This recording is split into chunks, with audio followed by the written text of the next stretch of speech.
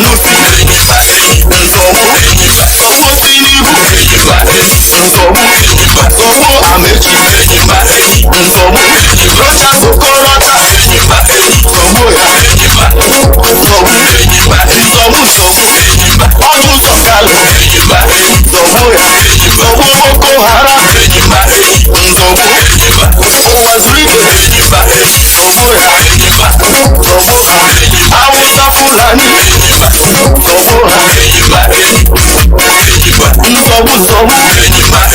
nsogbu ole mụ na nwanne m dera abirego ife ajụnarịra mụ na nwanne m dera nwanne pụta n'ụlọ nwanne ka anyị tigbo Hausa ndị na-amara ọjụ tigbo ha nsogbu ha ka anyị tigbo Hausa ndị na-amara ọjụ tigbo ha nsogbu ha anyị ga-etigbo Hausa ị na-amara Chukwu ị na-ekweghị na Chukwu ọmafọ eze anyị ga-asọdara n'ala wekọ ọkọrịsị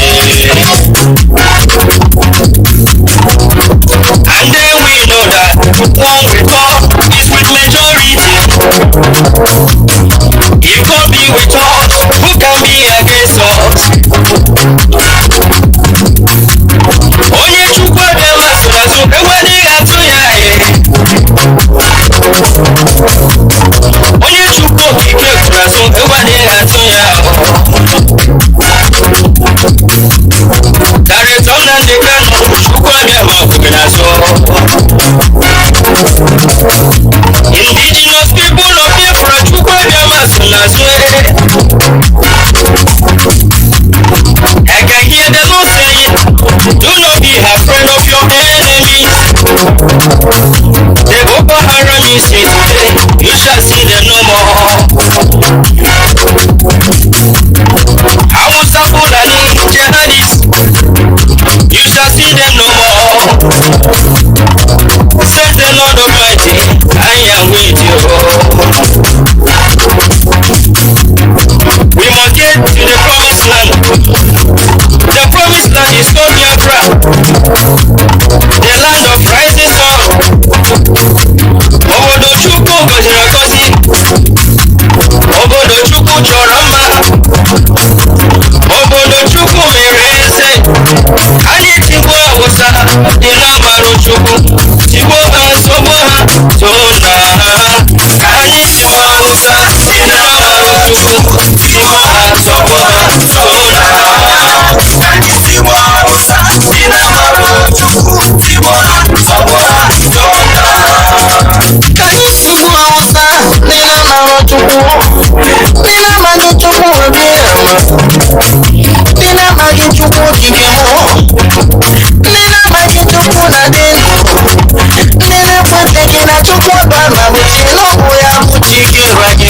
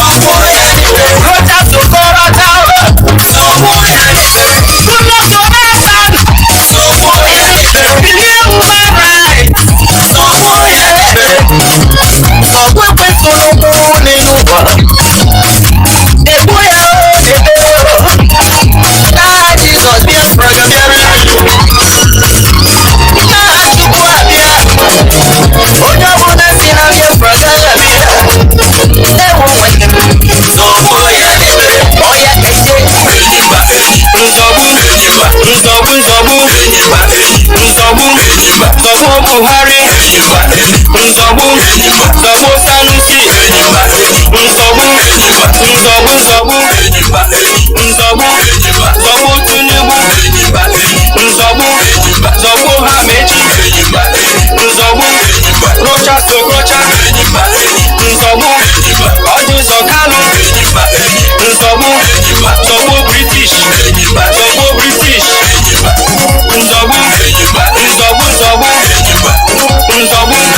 Nzọgbu Fulani, Nzọgbu Nwazurike, Nzọgbu Feluga. We are soldiers of Biafra, in the name of Chukwuabiama, we shall conquer. We are soldiers of Biafra, in the name of Chukwuabiama, we shall conquer. We are soldiers of Biafra, in the name of Chukwuabiama, we shall conquer. We are soldiers of Biafra, in the name of Chukwuabiama, we shall conquer. We are soldiers of Biafra, in the name of Chukwuabiama, we shall conquer. We are soldiers of Biafra, in the name of Chukwuabiama, we shall conquer. We are soldiers of Biafra, in the name of Chukwuabiama, we shall conquer. We are soldiers fighting for freedom, in the name of Chukwuabiama, we shall conquer. We are fighting for our motherland, by the grace of Chukwuabiama, we shall conquer. We are soldiers fighting for our rights, in the name of Chukwuabiama, we shall conquer. We are soldiers of Biafra, in the name of Chukwuabiama, we shall conquer. We are soldiers of Biafra, in the name of Chukwuabiama, we shall conquer. Kanu Manujo, Wazo Aneria, Ihamumu, or I reach to go. Onyo Tabiara, the Anesia, we no go with you. Heroes fight like Biafran soldiers. Here, Bunyo Tamule. No. We are soldiers of Biafra, in the name of Chukwuabiama, we shall conquer. We are soldiers of Biafra, in the name of Chukwuabiama, we shall conquer. We are soldiers of Biafra, in the name of Chukwuabiama, we shall conquer. We are marching our motherland, in the name of Chukwuabiama, we shall conquer.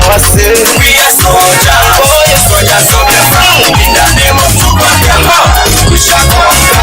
In the land of the rising sun belongs to our fathers, in the name of Chukwuabiama, we shall take it by force. I say we are soldiers of Biafra, in the name of Chukwuabiama, we shall conquer. I say Biafra, in the name of Chukwuabiama, we shall conquer. Oh yeah, we are soldiers of Biafra, in the name of Chukwuabiama, we shall conquer.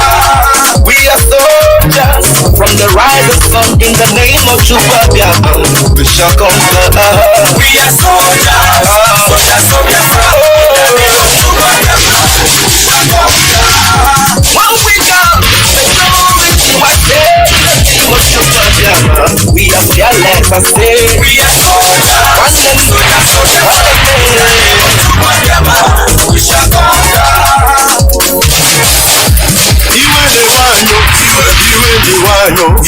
Iwe ne-wanyo na anyị chọrọ nụ Biafra. Iwe ne-wanyo iwe na-ewu no na anyị chọrọ nụ Biafra. Ụmụ Biafra iwe na-ewu no iwe ne-wanyo na anyị chọrọ obodo anyị. Anambra steeti iwe na-ewu no Enugu steeti iwe na-ewu no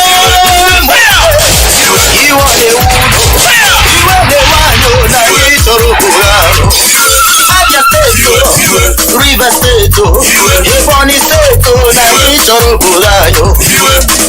Ebe ka unu si Biafra, ebe ka unu si Biafra, gaghị mara bụ Biafra, gawe bọsọ gabiri, agaghị mara bụ Biafra, gawe bọsọ gabiri.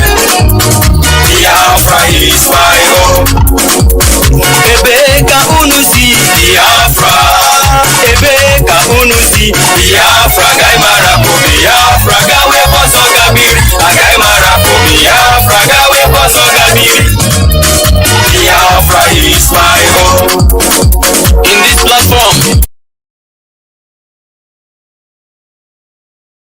virgin, knowing he's the Son of God, having the power of miracles, knowing that basically it's impossible to kill him, that he's going to rise again in the end. And we are asked to take up our cross and follow him when we don't know that about ourselves at all. So what happens is this. We are delivered, therefore, a gospel which is in fact an impossible religion. It's impossible to follow the way of Christ. Many a Christian has admitted it. I am a miserable sinner. I fall far short of the example of Christ. But do you realize, the more you say that, the better you are. Because what happened was that Christianity institutionalized guilt as a virtue.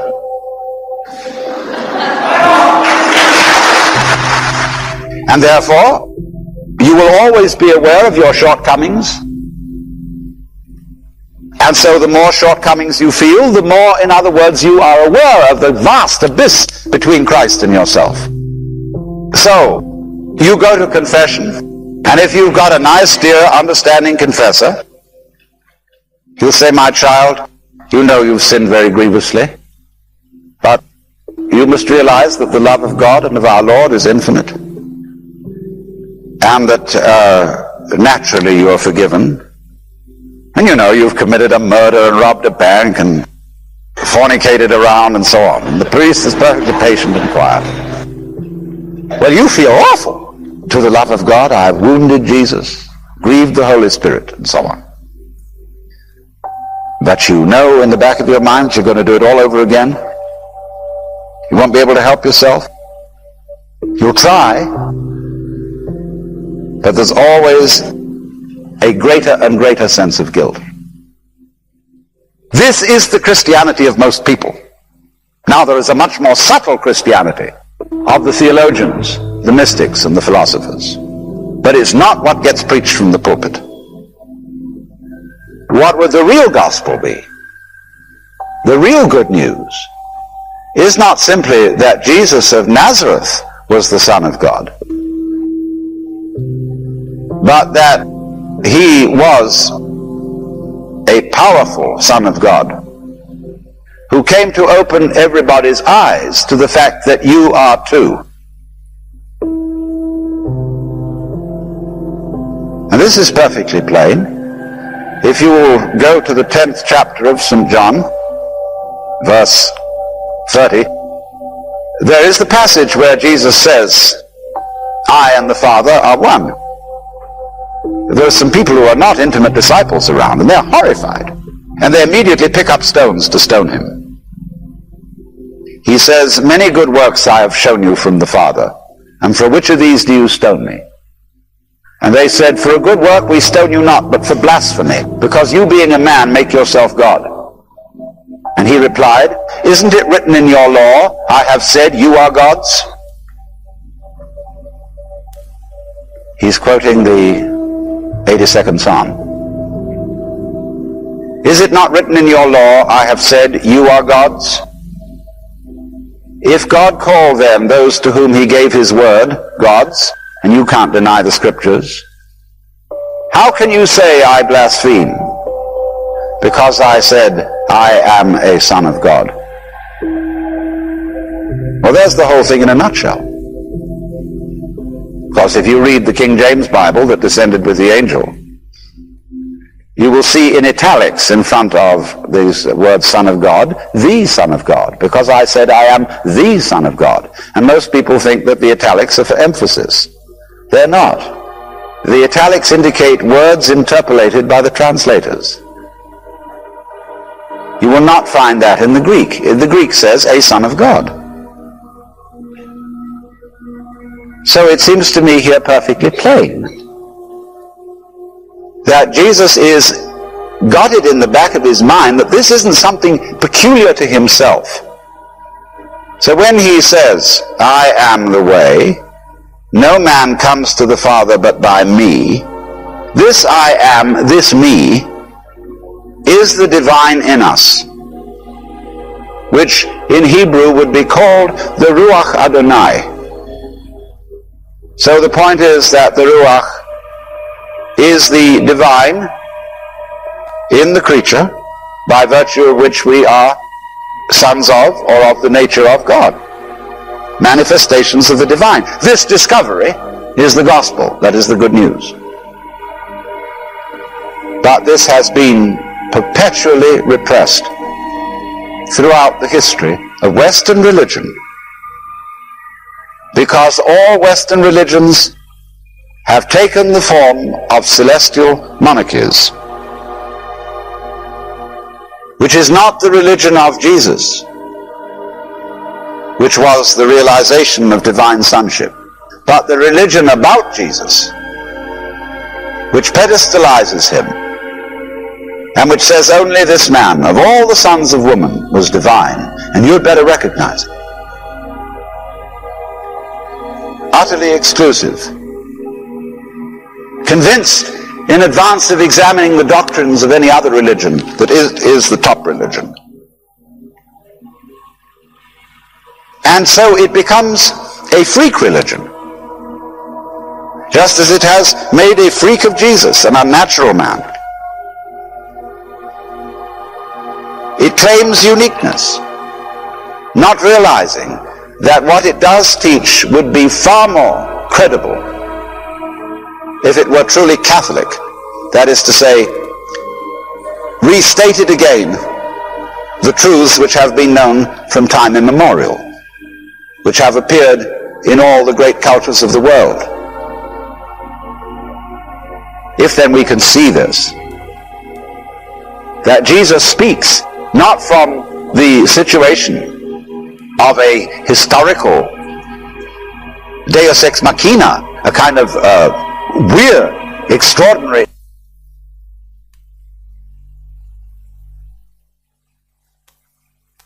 The threat letter was not sent to the churches. The threat letter was dropped around the headquarters and was brought to me. I was the one that opened the envelope, read the threat letter. On seeing that, I now invited the Christian Association of Nigeria to tell them about the threat. Whether it is real or not, we have to be security conscious. So I gave them copies of the letter so that they will adjust their programs in the church. Instead of closing late, they should close on time. Thereabout, I now directed all my DPOs to ensure that every Friday, police patrol team must go to mosque and give them adequate security until they finish the Jumat prayers. Equally, on Sundays, all the patrol teams will go around the churches and ensure that they are safe, and after the church service before they close. The threat will not take it lightly.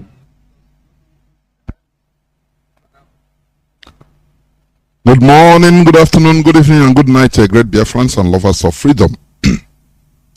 This is Radio Biafra Hausa-Service coming to you through the auspices of Radio Biafra London. My name remains Mazi Johnathan Nwa, and with me here today is Marien Haider. We are going to do the needful by discussing or having our discussions focused on religion or religious issue. Also, before we enter into that, Mazi Johnathan Nwa will come up and make some clarifications for just a few minutes before we go on. Therefore, I welcome each and every one of you to welcome your friends and well-wishers. Today is the 18th day of June, being Saturday, in the year of our Lord 2022. Before I continue, please let us pray.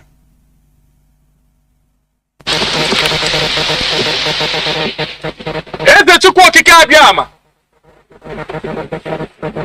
Chukwu kere ihe niile mana onwere ihe kere ya. Aja anyị Igbo, ọkụ ọgụnye nwata n'aka anaghị ele ya. Nwoke si na ya ji ọfọ, nwaanyị si na ya ji ọfọ, mana ọfọ maara onye chi ya. Asị m na abụ nwata na-asa anụ n'afọ n'afọ, ma onwere ihe mma.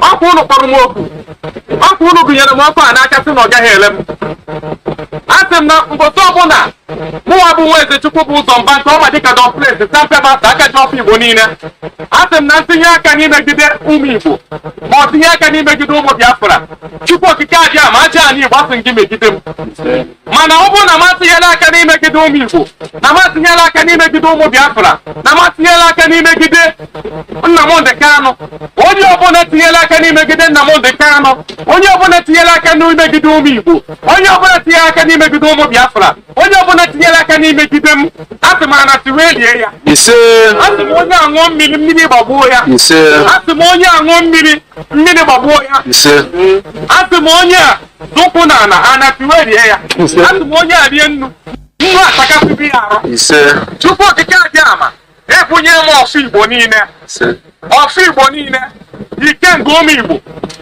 ụmụ igbo ji eji ọgụ ebunye m gị tata bụ ụbọchị eke mmụọ niile bụ mmụọ eke batara n'ala Igbo asị m gị binye bịa n'ọrụ ụmụ igbo ọgụ bịa n'ọrụ ụmụ biafra ọgụ bịa n'ọrụ maazị Nnamdi Kanu ọgụ bịa n'ọrụ m onwe m ọgụ bịa n'ọrụ ndị ọdịnala niile ọgụ bịa n'ọrụ ụmụnne anyị niile ọgụ asị m na bido tata gawa ka m na-ekwubi ndụ n'isi ụmụ igbo ka m na-ekwubi ọganihu n'isi ụmụ igbo niile ana m ekwubi na tata ka ọgbaghara dị n'ala igbo ga-adajọ tata ka ọnwụ dị n'ala igbo ga-adajọ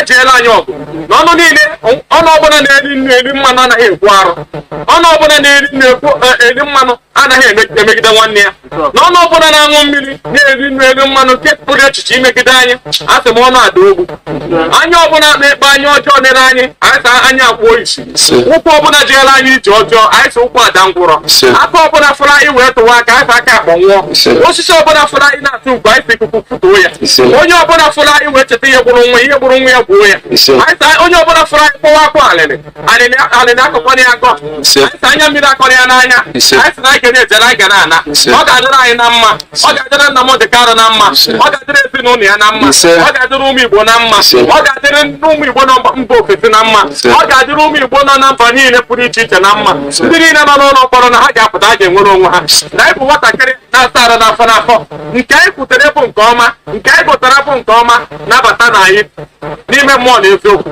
mana nke anyị na-agatara biko gbaghara na anyị na anyị amara agụ na anyị bụ nwatakịrị anyị ekenekwa unu ụzọ ọbụla anyị si na-emegide unu ya gbaghara anyị ma nyekwa anyị ike na mmụọ anyị ga-eji gbaghara ndị mehiere anyị ekpe ma kwere na gị nwa bụ Chukwu okike adị ama Chukwu eke Chukwu orie Chukwu afọ Chukwu nkwọ Chukwu kere ihe niile mana onwere ihe kere ya anyị sị gị ya gozie mmiri a gozie obodo niile ọ ga-awụsa gozie obodo niile mmiri a ga-awụsa gozie obodo niile mmiri a ga-awụsa gozie mba niile ala Biafra niile bụ ndị ga na-azụ ụkwụ n'okporo ụzọ mmiri a ga-awụsa gozie ha na-eke gozie ha n'ori gozie ha na afọ gozie ha na nkwọ na Chukwu okike adị ama ise I once again welcome each and every one of you to welcome your friends and well-wishers. Please do not deny them this hallowed platform where we preach enlightenment. That is the highest gift to humanity. Enlightenment. We teach ourselves in order to be enlightened. Today is the 18th day of June 2022. Our leader is Mazi Kanu, who is still in the enemy dungeon. Make no mistake about it. Our leader must be released. It doesn't matter how it goes. He must be released. We are consistent. We are consistently consistent. We don't give up. And Biafra must be restored. It doesn't matter those that are confused. It doesn't matter those that are falling apart.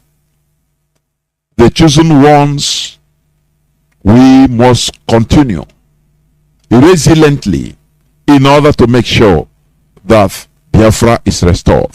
Do not forget that we are still in a media confrontation with BBC. Therefore, please, we continue calling BBC because they are sounding defiant. They send out letters, the same letter to all of us, telling us how they are respecting the rule of law, how impartial they are. They are not, how impartial they are. But we must continue to waylay them, to make them understand that what they are doing, they should grow. You know, time have changed. When you born a child and it doesn't grow, it doesn't crawl, it doesn't from crawling enter, squatting or crawling, standing up, walking and running. If it doesn't go through this process, it stays one place, which means it doesn't grow. BBC should grow. We are no more in the 1960s, where they have, monopoly of media propaganda, lying, misinformation, and disinformation. No. We are in the 21st century, for goodness sake. We continue calling them and telling them politely. We'll tell them their sins in their eyes direct, so that they will change and grow up if they want. Therefore, I will bring in our sister in order to make an introductory speech under a few minutes. One other, please go on. Good afternoon, Mazi Johnathan. Good afternoon, our noble audience. It's another Saturday, the 18th of June, 2022. My name's Marien Haider, and I'm going to be co-hosting this program today, as usual, with our able lecturer at Parliament Institution, Honorable Mazi Johnathan. So, welcome to the program. We're looking forward for another exciting, enlightening, thought-provoking, mind-awakening lectures again today. So relax, you all. Get your popcorn. Get your suya. Of course, efibo. Get anything that makes you comfortable and relax at your couch, your bench, under the tree, wherever you are, depends on the time. And let's take a ride onto the awakening of our souls and spirits. Because, just like Mazi has stated, what is happening to BBC is like a father or a parent who is stuck back in time, who forgets to understand that the world is running. Time waits for no one. You have to tap into the new frontiers of imagined science, thought-provoking, or thought-building, how you describe it. So BBC, you need to grow up, wake up, and smell the coffee. It is no more yesterday. It's a new dawn. A new dawn of civilization where media rules the world. All we're asking you to do is to do the right thing. I know as you take yourself to be giant, but you are the giant of yesterday, you don't want to, capitulate under the truth. But the truth will always stand firm no matter how much you try to cover it up. So BBC, wake up. Work with what is happening in the world. It's a new dawn where information is the rule of the day. Again, my people, let's relax as our able chief of staff, that's what I call him, Mazi Nworu, comes to address us for whatever information he has to give to us. Let us come with clear eyes, clean ears, and absorb the information. God bless you all. I see you on the other end. Thank you. We must continue. Before our Mazi Chinasa joins us, which will be in the next 15 minutes or so, I want to go into some news headlines that make news. We blog the news, we don't write them. That is how our leader was doing. Because when you write it, they will say, oh no, it's propaganda, but we take the news and analyze it the way it should be. There is this news. Okay, concerning the Ondo attack, Owo attack. Names of victims released. I went through that and I was shocked. More than 80% of those killed are Igbo people. Biafrans in general, Igbo people in particular. Igbo people in particular, I'm telling you. Owo attack, names of victims relieved, burial underway. I don't know, sometimes I become baffled. Anywhere you go in that zoo, after the indigenous people there, we the Igbos are the next in population. But when it comes to election, when it comes to census, they say, oh no, we are not in this. And you know, we have been so stupid, though. I'm telling you, when I consider all these things, how we are relegated upon our numbers. We are number one in that zoo, population wise. I'm telling you. But when as election is coming now, they are bringing people from all over Africa because their border, the border is their own, is there. You can who are you to control it? They bring people from Chad, from Niger, from up to Sudan, Mali, everywhere. They bring people. You know, how can you know? How can you don't know them? You don't know. You cannot even distinguish unless they speak. Maybe they don't speak English, or you know. Because they have even houses in Niger, they have houses in Chad with the other tribes. So you mistake them as these are one of the tribes in the north. You know, Balekalika. Let us our you know, our luck is not in Nigeria. Our future is not in Nigeria.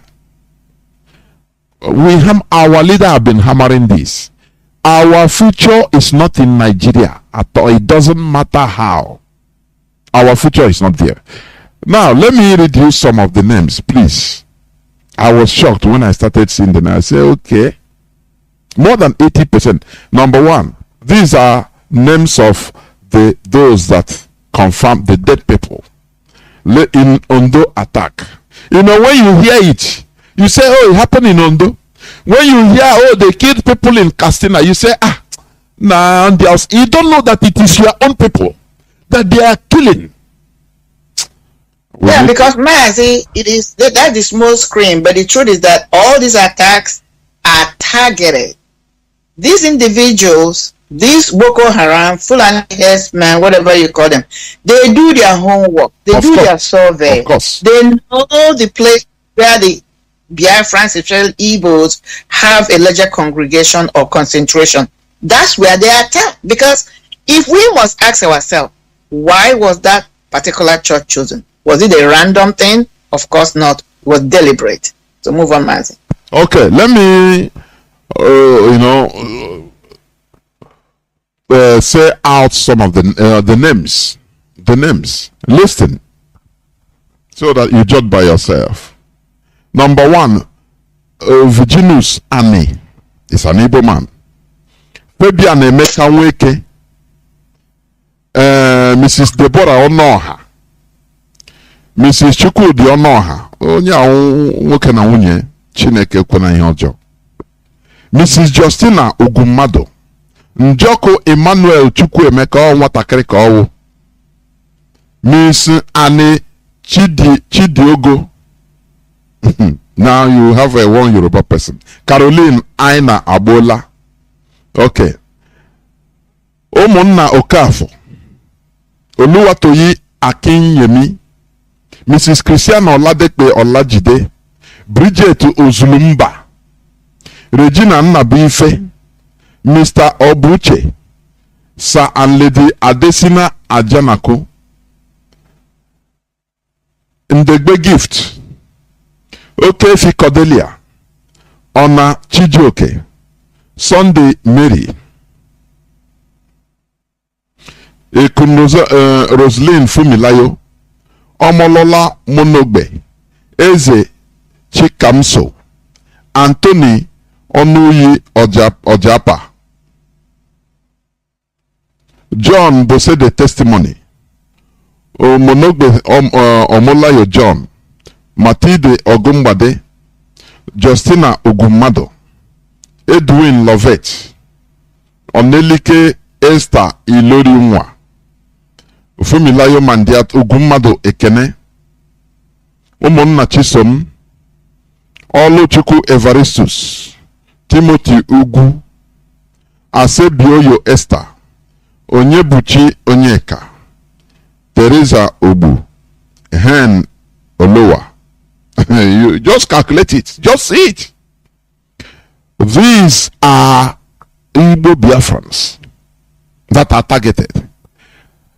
You know, you hear, 85 is killed in Borno in an attack in a church, in a market. You think that, it happened in Borno. No life should be lost anyway, but just imagine what is happening to our people. Secretly, one guy, one caller said one day, he said, look, when you remove 1 from 1 million, it's no more 1 million, which is true. They are diminishing us little by little, gradually, because of our ignorance. Ignorance at the time. Yeah. I'm telling you honestly. When it happened, you said no, it's it happened in Ondo. The other time it was in Lagos. How many of our people died? In Kanu, our children were slaughtered, babies. Who is talking about it again? If not only in this hallowed platform. I say our people are 15 minutes people, human beings. 15 minutes. Once that thing happen, 15 minutes after Nagara, another thing. It's very sad. That is why here we shall never stop talking. It doesn't matter people that are commenting, talking. We need action, not talking. And you look at that idiot. You ask him or her, what actions have you been taking? He will not tell you anything. These are virus. When you read it, how do you now social media? Viruses. No, every time talking. We are tired of talking. If you are tired of talking, go and jump inside the Atlantic Ocean. Because we will never stop talking. That is it. You go to mosque every day and pray 5 times. Why are you not tired? You go to church every day, Monday, Tuesday, Wednesday, the same Bible. Maybe you have read it. In my life, I read Bible from Genesis to Revelation more than 5 times. But it didn't stop you from still going and listening. That is where you understand the very foolish set of people. Our leader have been preaching for how long? Still, just little absence of our leader. You see what people start happening. Those that we are listening. Oh, now we are confused now. But that is why, sometimes I look as I say, God, what type of human being are these? We need to be updated. You understand? Brain wise. We need to be updated. Whenever you hear any attack anywhere, people are killed. Imagine, just put yourself in the shoe of the family. It doesn't matter the tribe they are. Life is life. That is who we are. But in Nigeria, life doesn't mean anything. It's numbers. Your life is just number. How many killed? Eyewitness will say no, it's 250. Government will police will come and say no. They are lying. It's only 39. Only. Life becomes number. Even if it's one, it's just number only. No, it's only 39 kids. So let's get other people. One is bad enough. It's very one is bad enough. One is bad enough. It's life.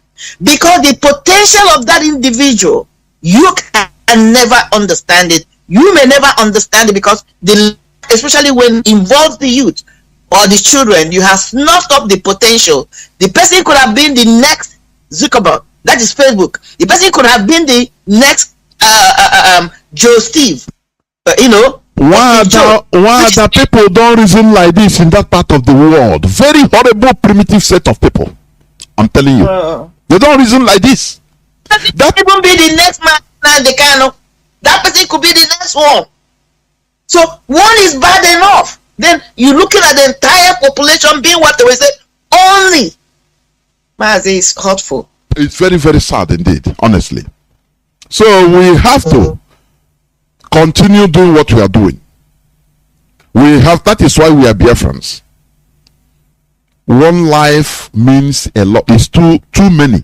One life lost is too many. Okay, let me go on. Woman narrates how she was defrauded at 6 million after meeting River Goddess, who promised to heal her sick son in the United Kingdom. I think it happened whether in Ogun State. Or Bago one chance. Because if we are talking, I know kukwe about pastors. I know kukwe ndiji mamili maawu. See how bush doctor or bush god. Religion fakely to deceive people. That is it. That is it. I know we have to be talking all. The son is sick. He lives in the United States, and the mother, they know how to get them. So bring the person, bring it. An 88-year-old woman, Tawakalitu in Umoka, has narrated how she was allegedly defrauded of 36 million naira by one Olurufemi Ayodeji, who promised to help cure her US-based son. He bring the person, he say, I will take you to one herbalist. Yeah. After he says she's a goddess, a sea goddess. And before you can say Jack, Amigoya, Nyanyo Obana, 36 million. So that is it, it's religion. Let me go to another topic, please. How to open the eyes of our people using religion to scam. Now, this other one, Spark Nation, SP is a SPAC, is abbreviation. UK shots Pastor Toby Adeboyega's church over 1.9 million pounds fraud. Let me read it a bit. Just please listen. The United Kingdom government has shut down Salvation Proclaimer Ministries Church, popularly known as Spark Nation. The London-based group was wound up after failing to account for over 1.87 million pounds of outgoings and operating with a lack of transparency. Do you see what, we talk about it even also today. Do you see how system is superior to religion? Do you see it? Do you see the reason why you want to go to London? Because the government there, they have a strong institution or strong institutions that controls everything. It's not like a place in Nigeria where any person can set up anything, God call me, and he will start scamming people. In the UK, this person failed to account. They look at his transactions, how he's sending out money. The money people are giving to him. They say, what are you using it for? You come and promise people, God will bless you, sow seed, this and that. And the people give money. If it's in Nigeria, people will say, did they force you to give? Sometimes the people in Nigeria make me sick. They make me sick. It is them, the same people that will say, no, leave him now. Did he force them? They don't know what it means, accountability, transparency. You must give account of everything concerning your financial behavior. That is it. That is why that is the reason why you go to British Embassy in Nigeria. People are sleeping there to lining up, dying to get visa because of all this accountability. Because they're able to hold you at the GO accountable. Ask him, all this money people are giving you, how are you spending it?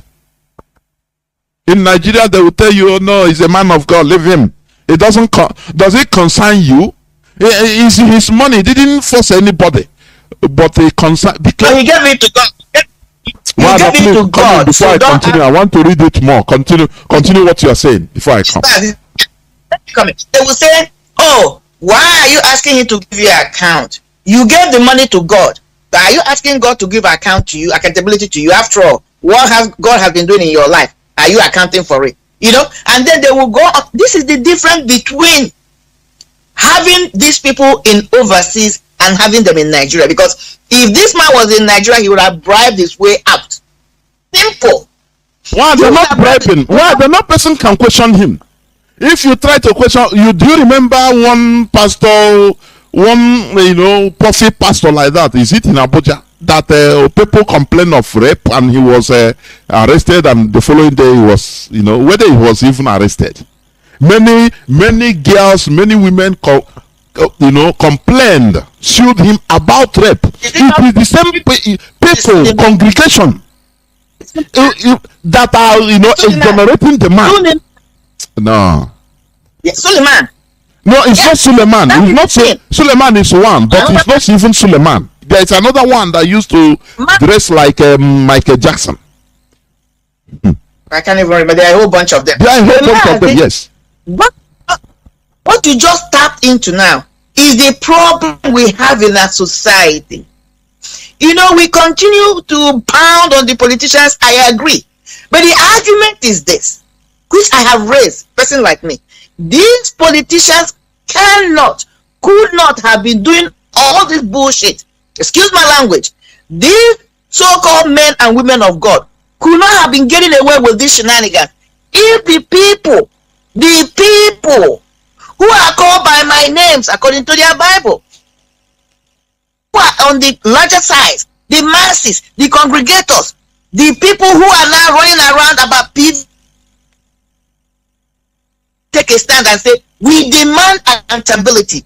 We want this, we want that. Not just saying it, take a grand stand. Mazi, that is the problem, because in out of this population, these people emerges. Your politician emerges from your population. Your pastors emerges from your population. They are the mirror of what the population have become today. So what does this say? The society is rotten.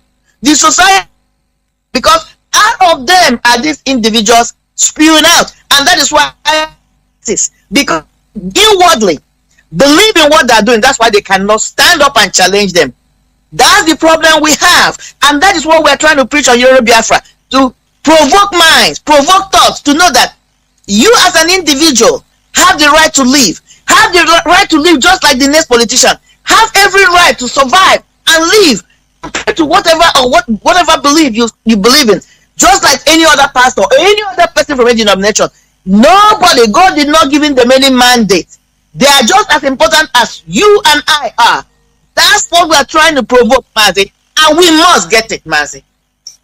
Of course, we must get it. Of course, because just as you said, it's just like what we have been saying here always. People blame politicians, so they are evil, this and that. But it is the mirror of the people. Because these politicians, they didn't fall from another planet. They come out from the people. That's it. They come from the people.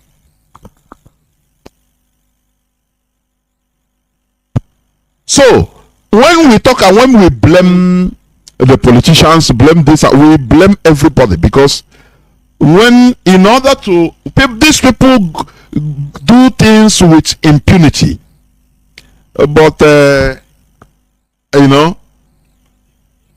reason is that because they have people support them, because they have yes, they have enabler. Exactly, they have enablers. Let me read this in. Let me quick finish it before Mazi Johnathan Nwa, who has joined me now, will come up. The investigation of the founder, 42.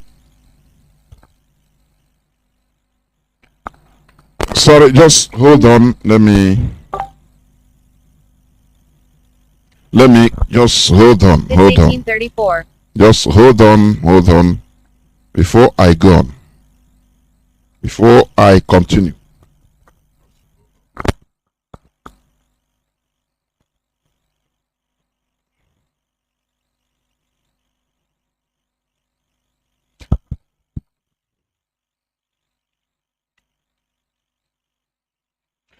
Now, let me continue reading, please.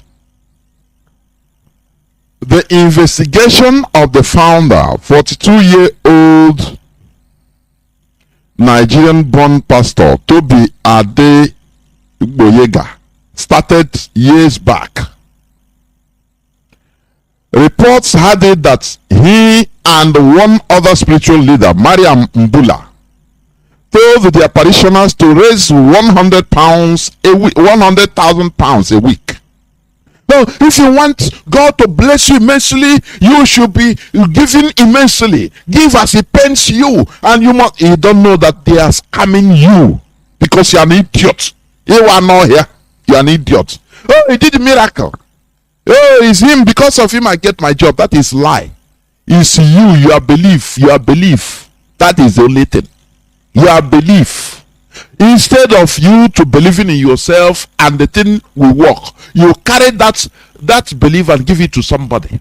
That is the reason. UK's Insolvency Service, in a statement on Friday, said the church takeover was done in the High Court on June 9 before Judge Button. The official receiver has been appointed as the liquidator of the company. His church, his company, or they refer it as a company. Do you see it? So, UK government have taken over there and now they liquidate it. Can this thing ever happen in Nigeria? Look at when a building fell in Lagos. Church building that's supposed to, I think, be built 2-story or 3-story building. They go there and mount more than. What happened? What is the outcome? Many people died, and that's it. Because he's a big man of God. He is above the law. He is even the useless people, miserable people that will be defending. Oh, he's a man of God. So is he the cause of the felling? Well, that is, we are a black race still far behind in enlightenment. It used to marvel me.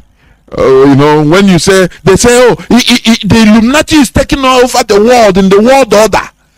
Why are your brains not illuminated? You are calling Illuminati, or is as if it's something that is so horrible. Why would they take over when they're dealing with reality? You're dealing with illusion. Why wouldn't they take over? Why wouldn't they take over? You need to get your brains illuminated. That is it. That is wisdom. People that understand the secret of this world, something you don't know. Because you yourself, what you are looking for is only money. You don't have time to enter into yourself in order to try to understand, catch wisdom. And once they do what you come out, oh, Illuminati, New World Order. Why wouldn't they have New World Order? Why wouldn't they use a COVID-19 string to kill everybody? Because you are just a waste of space, honestly. Before I continue, let me please. Well, I don't know whether I want to say something before I bring Mazi. Quickly, Mazi, when you invoke that all we're thinking about is how to make money, sometimes I'm like, it's not, okay. One thing is to think about how to make money, but another thing is how to put the hard work on to make money. Where our people are today, they just want to sit down in their mind, dream, just don't want to engage their minds. I call it lazy mind, and somehow the money will fall from heaven, because that's the only way somebody can tell you, sow a seed, don't do anything, within 24 hours you have a miracle, money will come from a bank. Human beings deposited the money in the bank. You did not deposit any money in that bank. Somehow that money somebody deposited come to your account. Isn't that stealing? So, because the Illuminatis, they are not just philosophers, they believe in reality. When they come up with the concept, the idea, they engage their minds, they do those things, and they come to practicality. That's what they're doing. Now, people come up from this iota of living in abstract, which is illusion. And just sitting that this person that is saying, oh, the pastor prayed for me, I got a job. Didn't you go to school? You went to school. Okay? You acquired a skill. So if you want me to believe that job by pastor giving you anointing oil, praying for you, speaking in tongues is what got you a job. Not go to school, have no skill, and then just go and apply to be the CEO of a company because a pastor prayed for you, and let me see you get that job. People to get up and wake up and understand the reality, Mazi. I'm going to hear from here from Willie. We still have a long way to go. Why we suffer, why black race is at the bottom layer every part of the world, because of the mentality. We are still behind, highly behind. Now I'm going to bring in Mazi Johnathan Nwa, who is one of the members of the Directorate of States, in order to speak to Biafrans in few minutes. Please, Mazi, can you hear me? Mazi Johnathan, can you hear me? You are still on mute. Unmute yourself, please. Why? Just hold on. Why?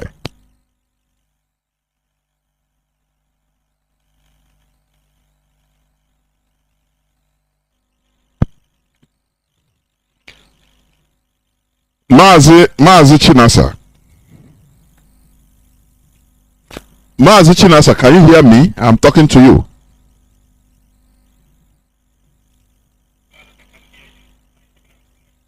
Yes, yes, you are.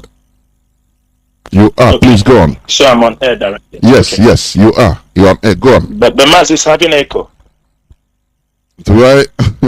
Maybe from, I don't know.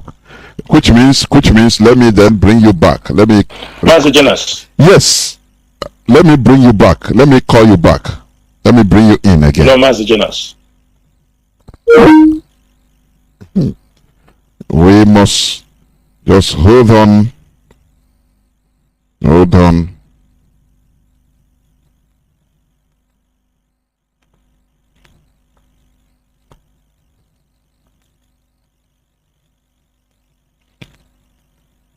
Mazi, can you hear me?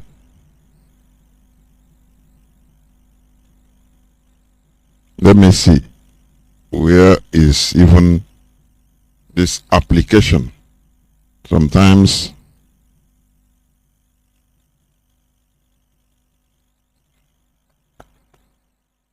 please hold on.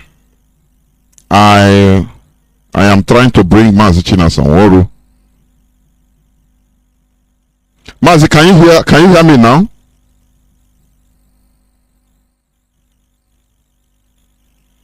Mazi, can you hear me now?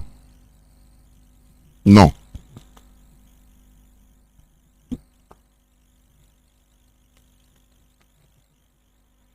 Mazi, can you hear me now?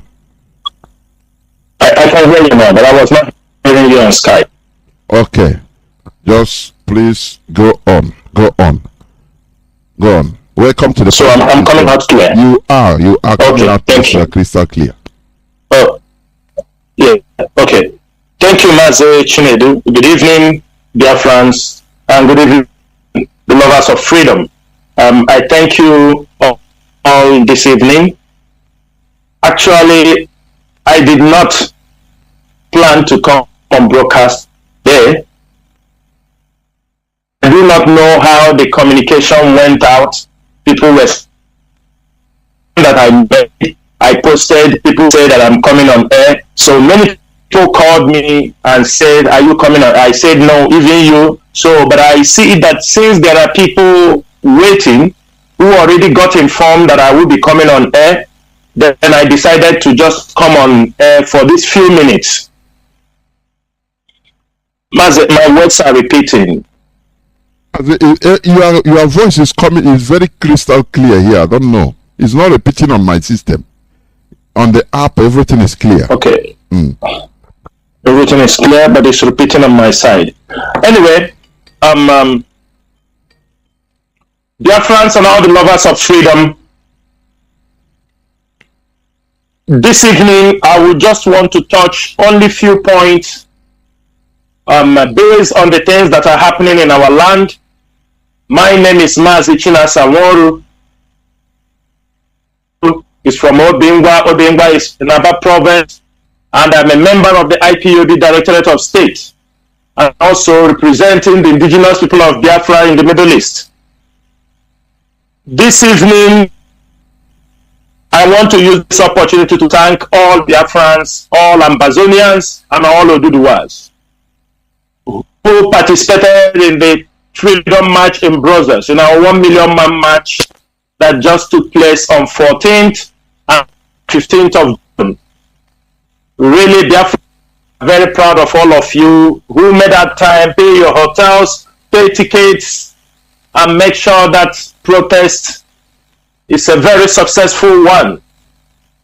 It is one of the protests that people will never stop talking about during this our journey for freedom.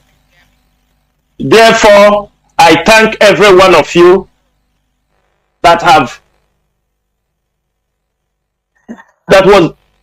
I thank everybody who attended that protest. I thank all the European reps, the mobilizing officers who did all they could to make sure that this two-day protest went very well. And from the IPOB leadership that were present in that particular place, we thank every one of you. We got the message was delivered, and I hope for a continuity in working for the restoration of Biafra. I also thank all the IPOB stewards, the Biafran stewards, who adheres to the instruction that was given on that day based on infiltrators and the Nigerian agents. Unfortunately, some of them did not want to hear. They think we were joking, and one of the Nigerian agents was caught in that particular place. There are also some infiltrators that were identified, and some of them ran away. I've got report about 3 or 4 of them. Somebody identified them as infiltrators, and they disappeared from the environment. But for the Nigerian agent, we after the protest, we have got information that the Nigerian government is asking that the things seized from that their agent should be returned to them, and they are making it very clear this evening. IPOB will never return that particular device. It is very, very clear. Do not threat anybody. You know what is an international law. You know what is espionage. What that man committed is an espionage. He should thank himself and thank God that he was not harmed, that the IPOB steward, the Biafran stewards there, was able to identify him and seize those devices he was using to record our people and transmitting the information where he thinks those are the people that we use the information he's transmitting to harm our people. We are making it very clear that particular device is now in the hands of the M branch department, who will go through and see the communications and the things and all the plans you have made against our people. It is a warning that anytime Biafrans are gathering, we do not expect any spy, any government agent, any infiltrator to come around where we are organizing our programs or handling our activities. Because if we lay our hands on you,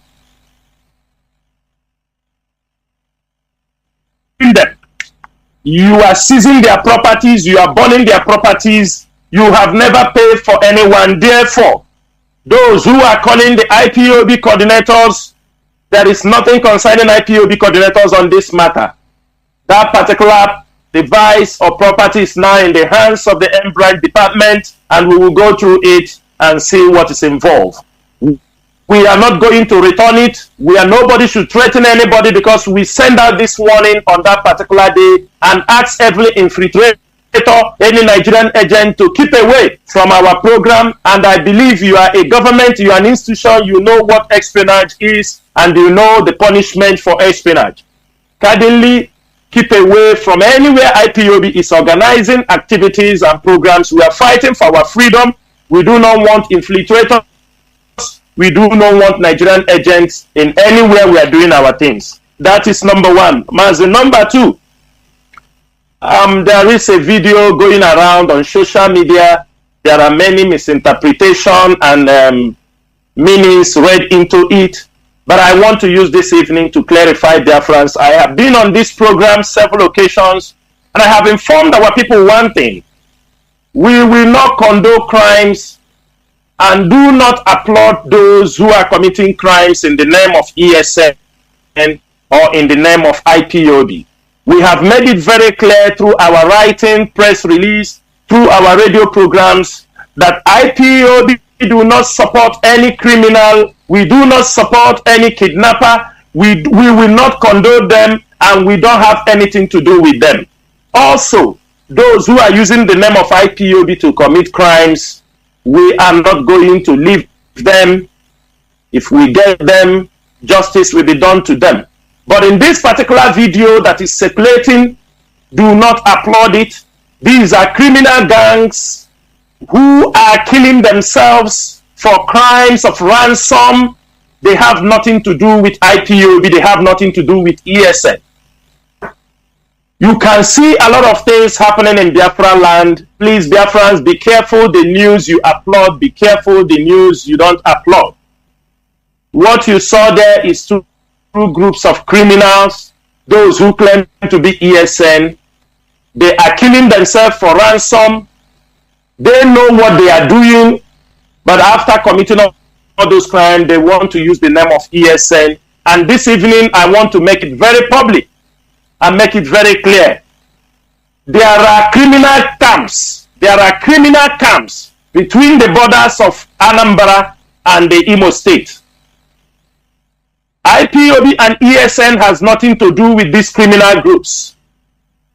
The one in Osihitupa, Osumohu, Lilu, Ihiala, and the other places which we are going to on Tuesday. I will be on air and I will name everything about that area.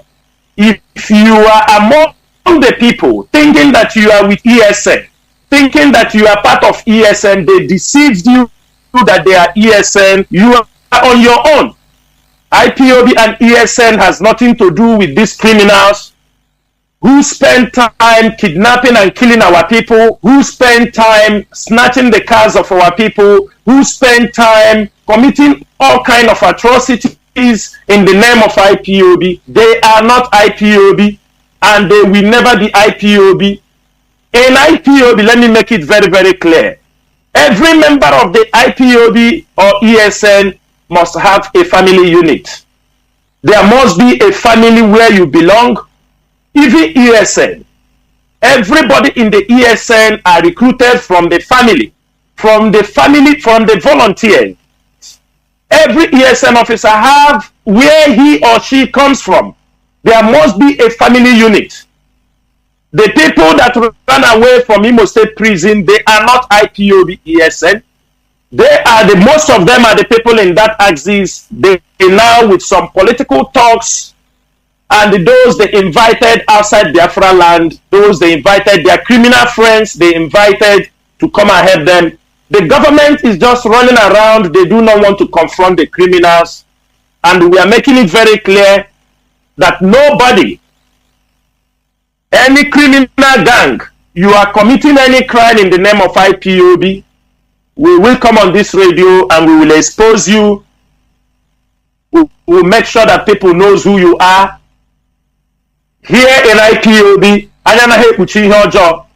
we will not cover any evil. If you are part of IPOB family and you have started committing evil, we will come here and mention your name. You can only cry for a few days, but we are not going to condone any evil. That is something everybody must put it down in your skull. That IPOB will never protect you. You are an IPOB member. You say you ran away from IPOB and join autopilot or the infiltrators. When you go out there to commit crime and they catch you, tell them that you are an infiltrator or tell them that you are an autopilot. Do not start calling people, say you are IPOB. You was IPOB in 2020. You was IPOB in 2021. No, you are not an IPOB member. We have respectable people in IPOB. If you look around IPOB, you will see there are all kinds of professions, doctors, professors, supporters, business captains of business. I mean, all types of people are in IPOB. Businessmen, sports, athletes, you can mention them. Evangelists, pastors, traditionalists. I mean, All kind of people, respectable people are in IPOB. We cannot afford to dent their name or what they believe in, because never in the history of this movement have anybody been instructed, never in the history of this movement have anybody been informed that you have to go and commit crime, you have to do this, you have to go and kidnap. It has never been done in IPOB, and we will never do it, because we have come to fight for our people and not against our people. Therefore, if you are an IPOB member, you feel or somebody deceive you that you are in ESN, and in this ESN you know that you are not in IPOB, you do not have a family unit, you do not know who your coordinator is. If anybody tell you he is ESN, ask that person who is your coordinator, which family zone do you belong to. This is a simple thing you can ask them. It's just like somebody said, I'm a member of IPOB. He say my chairman, you ask him what is the name of your coordinator, he say my chairman name na this. In IPOB we don't answer chairman, we don't answer president. What we answer is coordinators. So when you ask the ESM member, you say, who is your coordinator? Which family unit do you belong to?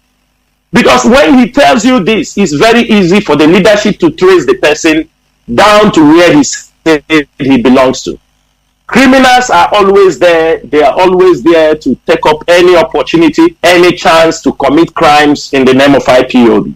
That is why we are saying this evening, those who care to know, or those who wants to understand what is happening. Also, the Ebubago in Imo State, they are creeping into Anambra presently. The Ebubago are also committing the same similar crimes. The Ebubago people are also kidnapping people. They are kidnapping the Biafrans, asking them for ransom. If they don't pay, they kill them. The Ebubago today they have kidnapped one Igwe in Olo. Today Ebubago has kidnapped him. And as they have kidnapped him, people will be shouting, oh, it's IPOB. Or no, it's a Bubago that kidnapped that traditional ruler, and they kidnapped him with more than 10 other people. So everything that you are hearing on social media, kindly be very careful before you start to claim, oh, these are people. No. We do not condone all these people. We do not want all these kind of criminals in our midst. We are not going to accommodate any criminal, especially the criminals that are hiding in Osumohu, claiming that they are doing things in the name of IPOB and ESN. I want to make it clear that they do not belong to ESN. They are not part of this movement. We do not recognize them. We don't know who they are, who is controlling them, what they are doing. This is just a criminal gang killing and kidnapping our people, and it is our duty to inform the public. We are not going to accommodate anything, or we are not going to accept anything that will tarnish the image of this movement. Today they kidnapped Eze Magnus Chukwuemeka Duribo at his palace in Umuoma Autonomous Community, Umuoma Autonomous Community. They were kidnapped by Ebubago people and maybe up to 10 other people. They kidnapped them, and this is how they will extort money from them. When they fail to pay them, the next thing you will hear is that they will kill them. We know many people that Ebubago have picked up and killed, and nobody is saying anything. Why we are saying all these things? ESN is doing their own job, which it is not something we are going to mention to the public. But our duty is to make sure we clean all those who are destroying the name of IPOB, destroying the name of, we are doing it in our own way, and we are not going to explain it to anybody, because we found out that the government, some devilish politicians, and some of these criminals answering ESN and the fake ESN, all of them, they are all doing this thing for money. It is all about greed, to make money and tarnish the image of IPOB. It is very, very important. Very, very important that everybody will understand what is happening between Imo State and Anambra. There is no way IPOB will go where they are burying somebody and ask you to pay them. If not, you won't bury people. It doesn't happen. There is nowhere There is no place IPOB will confront people. IPOB is taking care of people, burying people that they killed also. Most of our people killed, IPOB are burying them. So it is impossible for somebody to bury his loved ones. Then you will hear it is fake ESN that is going there. I ask all IPOB media warriors, go out there, defend this cause. We have nothing to hide. What we are doing is a genuine movement. Our hands are clean. Anybody planning evil against us, he will fall into that pit he's digging against for us. Finally, what I want to say this evening is our leader's case is coming up on 28/6/2022. We want every Biafran to be very, very careful. We know the tradition. If our leader is going to court, don't say they have not come and announced. Let us stop all these confusions. Last time people said, oh, every day, any day, our leader is going to court. There is always a sit at home. And we want everybody to be on alert. Every time he's going to court, it is a must that we must sit at home in all Biafra land. And if, like what happened on 26th, we know that many people have traveled to Abuja. People have traveled to Abuja before that date. They said the court has been postponed, or the court was not going to sit that day. Please, if you get to Abuja, this is also part of the struggle. If the court is not sitting, kindly return back to Abuja, kindly return back to your destination. There is no need to make protests. Nobody should push you, say because they didn't bring him to court, you started protesting Abuja. Please, do not do that. If they say the court is not holding, you kindly return back like most of you did the last time. And also always be on alert. If they say the court will not hold also, we will alert the public. But we are sure they have given 28th of August, 28th of June for the next court sitting, and that day will be a sit at home. Finally, I said it last time when I was on an interactive program. IPOB leadership under the command of Mazi Nnamdi Kanu, officially, we are not asking, we do not have any official statement. I have gotten a lot of information in Enugu. People are complaining that Mazi Doziem did emergency broadcast and said everybody should go to take his PVC. Please discard this information. This is lies from the pit of hell. These are people who have devised another means to blackmail the leadership of IPOB. IPOB leadership did not ask anybody to go to take PVC. There is no official statement on this, and we are saying, the only thing we will tell you is this. For those of you who want to go to do politics, if you are IPOB principal officer, please step aside from the IPOB activities and go your way. Do not bring politics into what we are doing. We didn't come out for this struggle because of P2B. We didn't come out this because of PVC. We didn't come out for this struggle because we are looking for Igbo presidency. We did not come out of this because we are fighting for somebody from an Igbo extraction to become the president of Nigeria. That is not. Our people that have died, over 5 million people, did not die because of PVC. They didn't die because of Igbo presidency. Most of us are in exile today. It is not because of Igbo presidency. Most of us have been killed. It's not because of Igbo presidency. Many of us have destroyed our source of livelihood. It's not because of Igbo presidency. Please do not bring the politics of Igbo presidency into this Biafran struggle. And finally, for those of you who are not IPOB members, who are supporters of IPOB, or who want to participate in Nigerian politics, kindly do not use the picture of Mazi Nnamdi Kanu in any of your PVC campaign. This is a warning we are giving everybody. We don't have time to come and tell you. If you don't want our trouble, if anybody don't want our trouble, you are a politician, you are this, Do not use the name of Mazi Nnamdi Kanu or IPOB leadership in any of your political statements. If you don't want our trouble, we are making it very clear. What matters so much for us now is our leader give us the date for a referendum and make sure our people are secured, Fulanis are driven away from our land.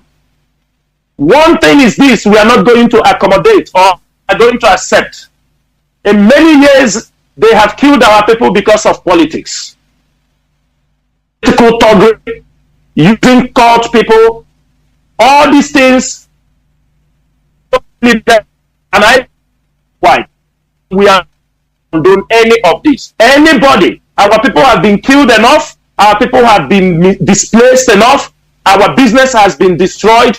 Anybody, because of politics, any politician, for his sake, our people are being killed, destroyed. We are not going to take it easy with that person. If you come, you want to do your politics, do it. But you see in Biafra land, if any of you, because of your political toggery or this thing, and our people are killed, things are destroyed, IPOB will place a ban on any political rally in our land. If you do not want our trouble, do your things, but do not cause insecurity in our land, because we have enough insecurity in our land. If any politician, because of him, they start to cause and kill our people based on the insecurity we have at hand, we will place a ban on those people in order not to turn our land where politicians will come and kill. If you are people from the court, they are using you people to kill our people because of political issues, we are not accepting it. We are making this thing very, very clear. Our people have been killed enough. Our duty is to secure our land and protect our people. Anybody coming in any form to kill our people, that time they will see the other side of IPOB and the ESN. Therefore, Biafrans, this is only what I have to inform you this evening. I will be coming on an interactive program on 21st. That means on Tuesday. I'll be coming on an interactive program on Tuesday by 7 p.m. If you have your questions, if you have your doubts, if you have things that are disturbing you, please kindly put it together. I will be here on Mazi Chinedu's program on 21st. That is on Tuesday, June 7 p.m. Biafran time. And I will tell you, may Chukwu Okike Abiyama bless every Biafran. Bless all of you, those who have remained strong in this struggle, those who have remained steadfast in this struggle, those who have continued to support this movement, those who, at the end of the day, you stood when this storm was raging, when the enemies were coming from any side. The battle is not yet over. It is not yet over until our leader is released unconditionally, until a date of referendum is given to us and Biafra is restored. This journey is not going to end until we achieve those things. The people can blab. It is a matter of time. The truth will always come out in open. We have nothing to hide. We have come to serve Biafra, the IPOB leadership, and all the principal officers around the world. We are all dedicated. Our reasons is because Mazi Nnamdi Kanu called us, and many of us, we heard that call, and we are here to serve our people, to make sure that that promise that was given to them, that we will restore Biafra, that we will make it come to actualization. Thank you, Mazi Chinedu. May Chukwu Okike Abiyama bless you and bless all of you who have gathered this evening to listen to this gospel. Ndewo no much. Thank you. Ndewo Mazi, thank you very much. And remain blessed. We must continue. This is Radio Biafra Hausa-Service coming to you through the auspices of Radio Biafra London. You had the voice of Mazi Johnathan Nwa outlining things that we should know. Therefore, we must continue. We must continue in our normal Saturday program with one other Marien Haider. We must continue on our religious discussion.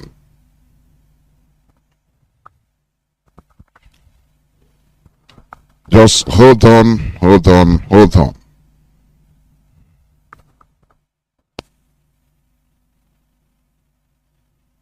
Okay. Once again, I welcome each and every one of you back to today's edition. I will go straight to the topic of my submission today, of our discussion, I should say. One other, I hope you are hearing me. Are you? One other, please, before I continue. Yes, loud and clear. Okay, good, good. So, as I said, the topic of our submission or our discussion is a discussion today is just like a question. Should our loyalty be to our nation or our religion in modern society building? That is the question. Should our loyalty be to our nation or our religion in this modern society, in a modern society building? That is a question that we are here to discuss, of which after we open our lines as usual so that people will start calling. But let me continue because we must preach this gospel. We must. So, should our loyalty be to our nation or our religion in a modern society building? You know, let's start by saying that a nation is a large body of people united by common descent, history, culture, or language, inhabiting a particular country or territory. That is why we call Biafra is a nation. Nigeria is not a nation. Nigeria is just a cut and join, amalgamate, a racial construct. That is what Nigeria is. An enclave, just an enclave, you know, a very messy entity. There are many ways to describe it. Nigger area, a place of darkness, where there is no even physical electricity. There is no physical electricity. They are living to, you know, to their name. Almost 80% of people that are living in that enclave called Nigeria does not have access to electricity. The electricity, the one they even give one hour in a month. 80% don't even have access to it, and you call that place a country? No, God forbid. Religion is therefore, according to the definition of that a nation, religion is therefore part of a uniting factor of a people. That is a nation. It should never compete with nation in loyalty. Let me go to just flashback in history, because you know I like, you know, flashing back so that it makes people understand more. When you talk about religion, loyalty, and belonging, the ways people think about who belongs and who does not, have been influenced for centuries by religious beliefs, as well as beliefs about race and gender. However, Enlightenment era ideas about natural rights and human equality challenged the notion that one's religious belief should determine a person's rights and privileges in a society. In the late 18th century, the United States and France were both new democracies with large Christian majorities, struggling with tensions over religion, loyalty, and belonging. Listen, in 1791, that is 18th century, late 18th century, France became the first European country to grant emancipation or full civil rights to its Jews, its largest non-Christian minority. As a French member of assembly named Clement Tonnerre put it, we must refuse everything to the Jews as a nation and accord everything to the Jew as an individual. I don't know whether you understand what it means. What it means is that a Jew being, as their religious belief, as a community that they will not give them anything, but we accord them a right as a Jew, just like as any other French citizen. You understand? Because you cannot have a nation in a nation. That is what he meant there. Now, in other words, as long as Jews kept their collective identity and religious practices private, their rights as French citizens were ensured. But the constitution granted nothing to them as a religious group, meaning that their loyalty to the nation France should be superior to their religious belief and identity.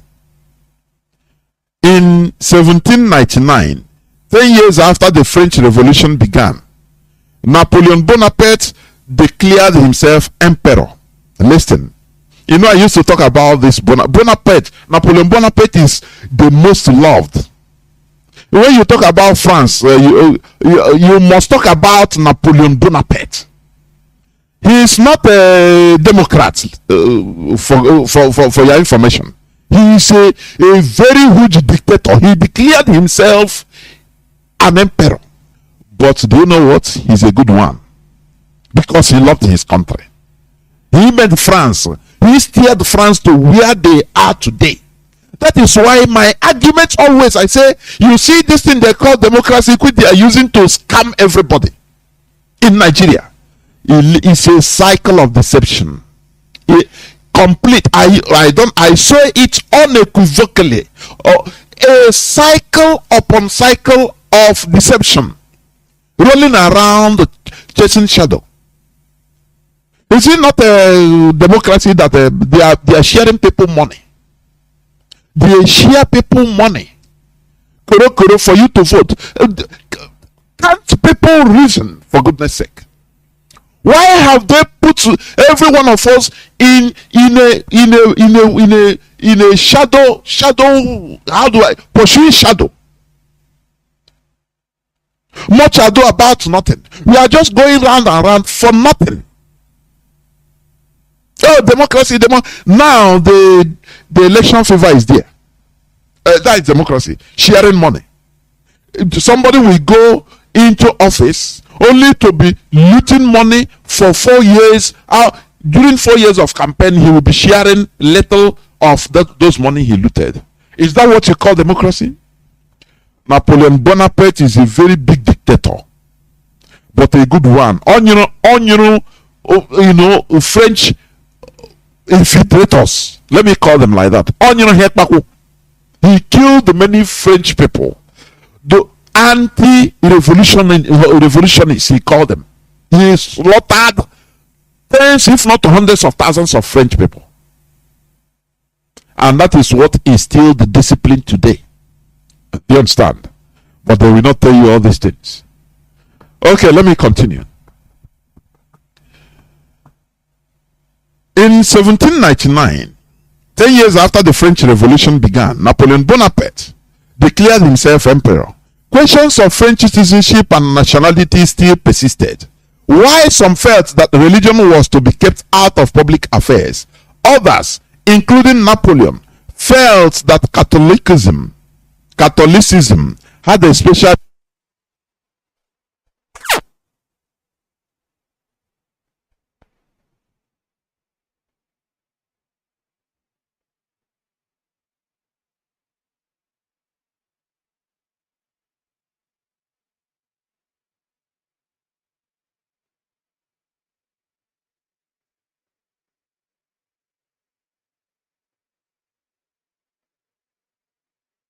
Omolaye John. An Igbo extraction to become the president of Nigeria. That is not. Our people that are to determine a person's rights and privileges in a society. In the late 18th century, the United States and France were both new democracies with large Christian majorities, struggling with tensions over religion, loyalty, and belonging. Listen, in 1791, that is 18th century, late 18th century, France became the first European country to grant emancipation or full civil rights to its to its Jews. From in my before I continue, because people must be listening or hearing to what I'm saying. Yeah, you are rolling on fire. Let me see. I want to check the app. Sample the audience where they're hearing you. But I know there was a brief disruption. I am coming on air. I'm on air. So our voice is heard. It's on air. So let me continue in what I was saying, please. Let me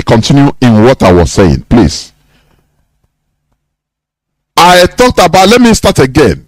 In 1799, 10 years after the French Revolution began, Napoleon Bonaparte declared himself emperor. Questions of French citizenship and nationality still persisted. While some felt that religion was to be kept out of public affairs, others, including Napoleon, felt that Catholicism had a special relationship to the French state. In 1807, less than 20 years after Jewish emancipation, Napoleon summoned a group of French Jewish religious leaders in order to find out how loyal they were to France. Do you see it? The Jewish leaders stated clearly that their allegiance was to France and that their religious affiliations were secondary to their national identity. In the decades following this exchange, the Jews climbed slowly but steadily up the social ladder in France. Many of them became well-known artists, authors, and scientists. Others developed flourishing businesses. Still others enjoyed successful careers in politics and in the military. In a story that will be echoed across much of Europe, however, an upsurge in anti-Semitism toward the end of the 19th century disrupted their progress. And the rest is history. Because the climax came up in 1930s until 45, when they had a Jewish genocide, the highest Jewish genocide by Germany. By Germany. So that is it. And that prompted them to start looking for their country, and today they have their country. Because, had it been the Jews continue, we want a Jewish presidency in France, in England, after they will give, they will give you small. After that, what do you see? What do you have? So what we are talking about today is about loyalty. Should our loyalty be to our nation or our religion in the modern day society building? That is the question. I have read to you some excerpts about the Jewish loyalty in France. Confirmed. You understand?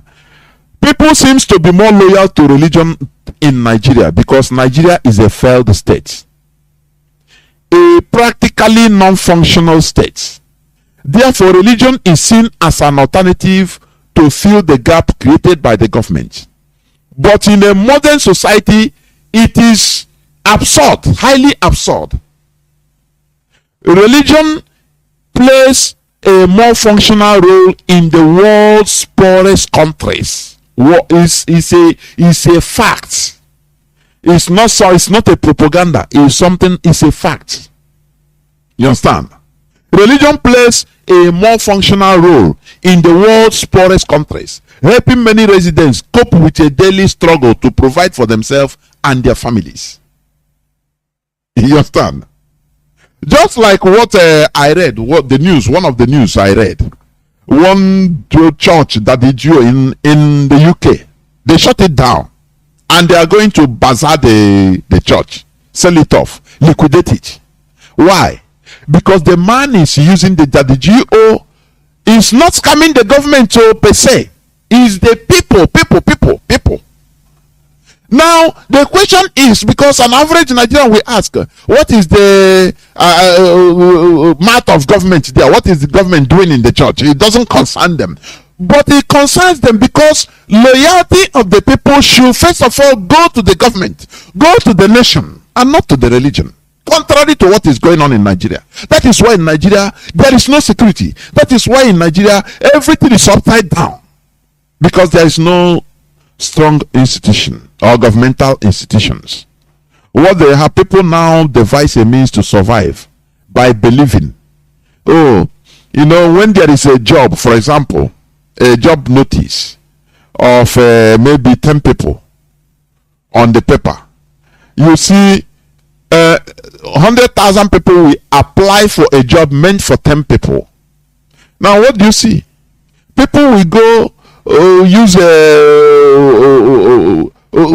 call pastor, pray for me.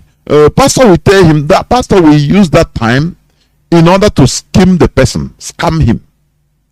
Now, sow seed. Go and borrow money, sow seed. After sowing, you make sure that you promise that after, once you get the job, the first salary is for the pastor, the church. Now, every other one you'll be paying tithes, 10%. You see? Because you have no other option. For you, you depend on luck.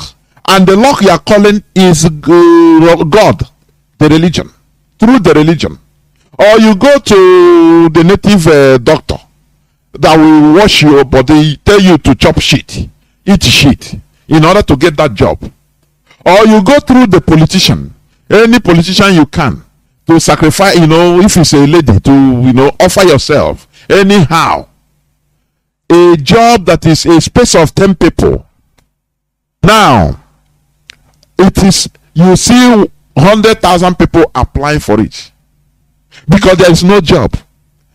That is the reason why religion flourishes. Do you understand? Imagine out of that 100,000 people that apply for the job of only 10. Now, all of them, some go to Islam to do their own thing, to pray and give what they call zakat. In traditional also, some will go and buy and make promises. Some will go to church. Imagine, indirectly, even if it is 100 naira, imagine how much. 100,000 people paying 100 naira, of which it will not. I'm just giving an example how much it will be. That is why people now believe that religion solves problems in Nigeria, which is not. It should be the work of the government. That is why people should, in this modern day society building, loyalty should be to government, because the nation, in other words, government, you know, is the government that is the God we are seeing. You know, our leaders started saying it. People don't some people don't understand. The government is the God you are seeing. They provide for you the normal amenity, at least basic amenities. An organized government, organized system. You know, you see people don't pray even. Or let's say pray minimum. In Nigeria, everything you pray for security. If you are going from Oluto, before you go, you pray so that to cast the demon of kidnappers, to bind them. That is number one.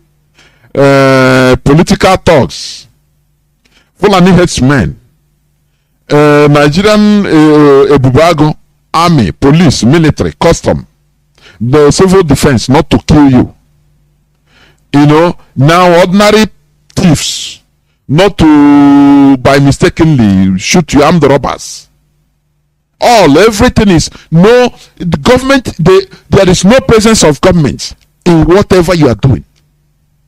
So that is why people now tend to go to belief. Oh, you need to believe, because that is, you have no other option. Do you understand? But normally, religion shouldn't be the priority in our loyalty. When Napoleon Bonaparte he called some Jewish leaders and asked them, this is your religion, Judaism, every time you are gathering secretly. You know, that is the reason why the first apostles were persecuted, we are hunted down, because they believe that they are secret society. Imagine, you know, there are things you need to understand. Because the people don't understand what they are doing. Every time they are gathering in secret, sharing bread, doing their own thing ritual. They don't even mingle with other Jews, other people. A call meeting, they don't even come. Every time they are on themselves. So people became suspicious and say, what are these people doing? The same way when you see so-called cultists in our land, you see, the other day I saw people, you know, video of somebody secretly videoing some people they say cultists, Yahoo boys, doing their rituals. You understand? The same way you demonize them, because you don't understand what they are doing. They are doing it secretly. That is the reason why Jews also started persecuting the early Christians. Always they gather in one place doing their thing. No person, they don't come out on open in order to expose what they are doing. So the governments also become, people in power became jittery and said, these people with all these things, we don't know whether they are planning to take over everybody or to fight us. So they start demonizing them in order to persecute them. You understand? So when Napoleon Bonaparte, he was, you know, he was pushed into calling the religious, Jews, they are French people, but they are Jewish people. Judaism, origin from Israel. So they practice Judaism. So you people, you know, we have had many things, but let me ask, are you people loyal to your religion or to France as a country or to our nation? Which one? Which one is you have priority? Which one do you prefer more? Is it your religion? They say no, our religion is secondary. The nation we are, France is our country. Do you understand? France is our country. So we are loyal to France and nothing more. And he was assured. French people, they were assured, because they used to see them doing their thing secretly every time they gather in their synagogue and locked door and do their thing. They break their bread, they do their rituals and read through their, that time they were using Hebrew as a liturgical language in liturgy for prayers. Before, is it Yusuf ben Yehuda formulated Hebrew to be a national language, you know. Now they assured him and said, no, our first loyalty is our country, so do not be afraid. And that thing made them, they continue thriving until mad people started putting demonizing them, using propaganda that Jews are this, they, even if they are in your country, they don't believe, they believe only in themselves and their religion. The same way they demonize us Biafrans today. Oh, Igbo people, they love money, this and that, this and that.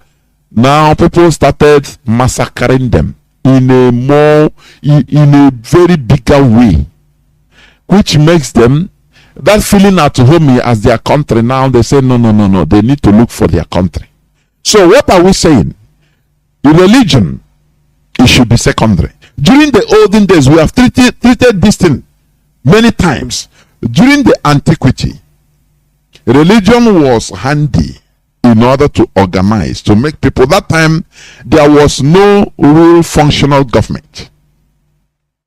So religion was handy in order to organize people into one motive, into one focus. You understand? But today, countries are formed.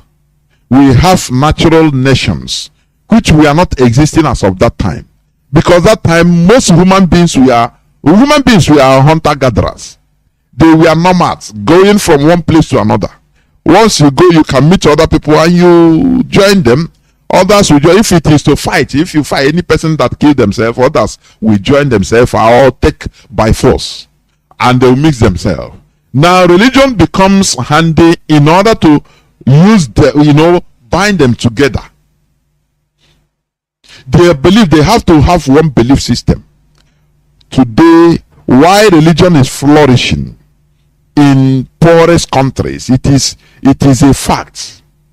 Statistics say it. People have done it. I mean the statistics. If you go to countries like Nigeria, even Nigeria, 99%, 98% believe in religion more than anything. Because in Nigeria there is no electricity. So you trust on God to at least touch NEPA people so that they will give you light at least to 1 hour in that day. So that you can at least charge your battery. So that is why you believe. Do you understand? The security, you have to believe in God. You have to believe in your religion. You have to rely on your pastor's holy water to guide you, because there is no government. Do you see the trick there? So that, let me stop here so far, so that Wada will come in before I continue. Wada, can you come in here? Yes, Mazi, I'm going to job well done, but I'm going to start by saying this. Why? Because it was a question. Why I believe, I as one, and why we must begin to think this way, that and agree that the government authority or laws and orders of the government or a society should override that of religious belief, respectfully. Because let me come from the context of even the religious people or religion. They believe that really to us or to everybody, religious belief or a belief of chasing the things of the spirit has nothing to do with our physical existence. It is for the world yet to come, if there's anything like that. I'm leaving it there. I'm not saying there is not. But our faith or our beliefs, when it comes to religiosity, our actions, our activities, have something to do with a world that is yet to come. Some believe is immediately we die, some believe is going to come later. But it has nothing to do with physical existence. So if that is the case, now we are living in this physical existence, the physical environment. The argument becomes, what must we do so that we can have a meaningful life activities, be productive to environment, to our society, impact, improve, to live a quality life from the inception of our birth to the closure of our lives? That's the argument. Religion cannot give you this structure, because religion is about spiritual dimension. So if that is the case, that is why you see that societies who have come to that level of reasoning, awakening of the mind, realize that yes, we may not discount religion, because hey, human beings have a part of them that is yearning for that. But for us to have a good life here, or good quality of life, fair at least, let me use the word, we must come up with something that everybody will galvanize to. Because when you come to religion, you have different denominations, you have different facets. Why am I bringing this way? Now, in the olden days, because you tapped into it, in the ancient days, it looked like religion flourished, or religion was okay to be used to rule the society, or set the tone or the values of the society. Yes, because let's go back and realize that in this time we're talking about, people lived according to their own self-belief. It was a communal thing. What am I saying? In these communities we're talking about, you never saw somebody, there was never like an Igbo or let me use the Igbo or a Biafran, because when you talk about Biafran, because we're in this struggle, you can see that all the indigenes of Biafra have a common religious belief. There might be variables where the here and there, but when you really pay attention, you see that our way of worship, our way of going to our God are basically fundamentally they're the same thing. So it was possible to have these people operate on this belief system. It would have been very, very difficult if somebody had tried to bring the belief of a Westerner, let the person live in Biafran land at this ancient time, and try to rule them under this Biafran value system. It would have been difficult because everybody gravitated toward their own. So that was why it was possible then.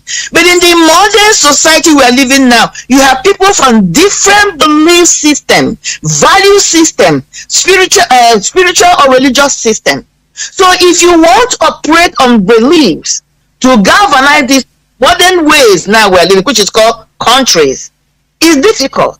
So that is why you must come to a set rule, which is set up by the government. Because first of all, the job of the government of every society is to make sure that your people are taken care of. You look out for them, providing the basic amenities. Religion cannot provide you this because there is no one religion. Even when you had the Catholic as the major religious movement in the world, many years back, there were other rival, religious settings that were operating. So that's what is happening. You cited an example with France. Mazi, I'm going to go a place that is very close to us, Ghana. If we all can, some of us can recall, in between the 70s and 80s, Ghana was in a mess. Something happened. A young man called Rawlings arose. Just like you cited this person from France. If you look at Rawlings, he was not democratic. He was a military guy, I think retired. He rose, so he was more of a dictator. He rose and said, we must follow this principle as a society. And he made sure that all those people who were destroying their community, their country as a person, that is where Ghana began to make a U-turn. What is the argument I'm making? The argument I'm making is this. In our own place called so-called Nigeria, the problem is because they don't have a constitution that is designed for the people, by the people, to bring just basic standard of life for the people. So when you don't have that, your operating document is already flawed. And according to the word of God from the Christian Bible, once the foundation is broken, there is nothing the righteous can do. This is the argument we are making today. Where I believe people like me and some people in the IPOB's movement are saying we are not interested in this politics because the foundation is already flawed. You're trying the same thing, you're going to get the same result. Either it's referendum or let us know whether we are staying or we are going. And if we are staying, let us come together and constitute this thing called constitution that is going to be beneficial to us, not just for the few. And if not, let us go and start our own life as a group of people who have some basic certain beliefs and principles that are guiding us, which is I'm not giving us too much accolade, but when you compare people from the Biafra land and the rest of Nigeria, I will do the one brothers, and that's why you see them agitating. You can see that we think differently, we operate differently, we are all diverse everywhere, which is where we have some of us picked up this understanding and knowledge that we cannot continue to do the same thing, that all these places we are here in diaspora are not better than us, that the only thing that has set them apart from us is structure, government structure, not religious structure. That's the problem we have. Even when you listen to these politicians, they can't even agree with themselves. So how can they lead you and I? That's the argument. So that's what we are bringing today. We must realize, and when we pay attention, we realize that all the developing countries, with all due respect from them to religious settings, are those who have made progress and continue to make progress as far as human development is concerned, are those who have risen above religiosity and said, we are going to operate on a constitution that is established by the state and for the people, by the people, to govern them. That is what we are talking about. And that is what we want our people to understand. Because, Mazi, it's not new. It's not a difficult thing to do. But it's just bringing our people to that mindset. So that we can all rise up and realize that we cannot continue to be playing this Russian roulette and expecting something else to happen. It will never happen. Religion cannot give you water. Even, because you hear some of our people make argument. Oh, when the colonial masters came, they brought us education. It was not religion that brought you development. People must understand when they came with from multiple prongs or facets. They had those who were operating on the religious prong, and their main mission was to use religion to pacify the people so that they could not revolt, to let you believe that your own culture was less superior than their own culture, which is their belief through religious system. And that was what we treated last week, where we tried to let our people know that no culture, no religion is superior than the other. But they were able to let our people buy into that. So they did that. Why they did that through school? Because through school, you have to start indoctrinating the children in that your belief. That's really why they set up the schools. They didn't set up the schools because they love you so much, they want to bring development. No. They set up the schools or the so-called institutions because through there, they were able to get our children, get us when we were very young, and instill their own belief. And that is what we're suffering today. Because we grew up through this system, that's what most of us believed. Because our ancestors, if you go back, you can see that some of our, even up to some people like my grandfather, they were still revolting this Western civilization because they didn't grow up with it. But we that came through childhood to it was imposed onto us. This is their belief. This is their Western culture. These are the people that are even defending it today because that's what they knew. So they believe it's the truth. And that was the smart thing the colonial masters did. Get the children, teach them their own language so that they begin to forget their language, because your language is your culture is who you are, and then impose their own religion on us. We are the ones defending it now. They're not even defending it. We are defending their way of life and abandon our own. That was the smart thing they do. So, but it was the government of the same Western people, the colonial master that came in. They had a government in system that whatever they call development, that built the roads, gave us water, gave us electricity. It was not the churches. People must separate these two, because sometimes our people try to lump this argument together. It was the government. The laws they enacted were the ones that provided us with NEPA, waterworks, secretariat, set up the government, the system. It was not the religious people. They were used an instrument to pacify the people while the colonial masters ravaged and raped the continent, especially the country, and going thoroughly down with a laser beam Biafra land of all their natural resources, both human intelligence, human resources, and whatever you can call that God bless us with. Maz, I'm going to use for now and as we continue. Okay. See what comes up. Let me continue. To buttress what you said, complete and full loyalty and patriotism to the nation is an obligation as long as we are humans or human beings.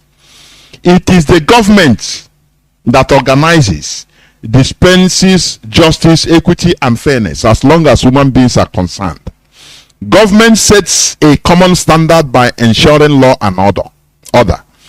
But when a government fails to carry out her duties, it creates a vacuum which could be filled with anything, including religion. And this brings chaos. We are seeing it in Nigeria.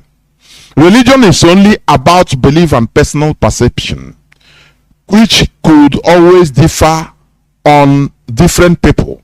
Government is about collective interest and focus. That is what we should understand. Just like you said, religion is just, a belief system to attain spirituality. And we are living in a physical world. We are living in a physical world whereby you need to first of all organize yourself before entering the spiritual world, which you don't know. Don't they say the devil you know is better than even angel you don't know? Yes, than the angel you don't know. So our loyalty should be on the nation, on the government, which we are doing today. We are trying to steer our people back to ourselves, to believe in ourselves, our collective selves, I mean. According to a social researcher named Gregory Paul, there is no situation where you have a really highly religious nation that is highly successful socially. There is no situation where you have a really highly religious nation that is highly successful socially, because they are opting to go spiritual. So they neglect the social, the physical part of a human being, which is the most important. Because no matter how religious you are, you must eat. It's physical something. You must eat. It doesn't matter whether you buy the food, you must put food into your system. All these basic things. Yeah. So it's a basic thing for survival. You understand? That is why we need to, our nation should be priority, or should be prioritized in our loyalty. Prioritizing loyalty. Okay, let me come. Religion is a way of life and ritual or rituals in order, and rituals are meant to attain spirituality. Just as I said before, meant to attain spirituality is a belief, a way of life, and rituals meant to attain spirituality, whereas a nation is meant for human physical organization and advancement. Physical existence. It doesn't matter whether you have said it here several times. It doesn't matter how religious you are. You pray, you fast, you pray 10 times a day. If you want to move from Lagos to Abeokuta, you must enter something physical. You must go by car, or by bicycle, or you fly by air, or you go by train. It's something physical you must do. You understand? So that is why it should be the priority. We need to stand. Yes, we need to start from where we are first. That is the physical world. Go on before I continue. Yes, Mazi. Let me give these Thomases, these doubters, or these people who are finding it difficult to understand the simple logic we are presenting here. In this, their so-called election brouhaha that is going on in Nigeria now, let me bring all these spiritualists to reality. Why is it that because all of them are invoking God, whether they're coming from the Muslim section, coming from Christian, everything they say, oh, by his grace, in the will of God. God said this, God said that. Fine, let me go with their argument. Why didn't they all sit in their respective homes and let an announcement be made from heaven that this person is the one that won this is their primaries? Number one. Number two, why didn't they just go there? Okay, let me remove that one. Why didn't they just go to that conference? They did not campaign. They did not talk to anybody. Most of all, the most heinous thing they did, they spread money like pouring water. Why didn't they just fold their hands and be praying in tongues? And at the end of their praying seminar or conference, there'll be an announcement, you have won. Why did they have to put the works in? I'm not supporting what they did, but I am talking to these people that want me to believe that all I have to do is to pray and miracles will happen. These people now, why don't they just go to any of these daddy GOs and stay in their homes, stay in their churches, let them continue, raise a crusade, call all their so-called prayer warriors, and let them be praying under the day of the election their name, whoever the individuals, their names will be announced that they won because they were praying. The argument, that the point is that no. They all went in, they started campaigning, bribing people, doing everything, turning every stone. That's how they emerged. This is putting in work because you're dealing with physical reality. Why didn't all these daddy GOs pray for them and for them to win?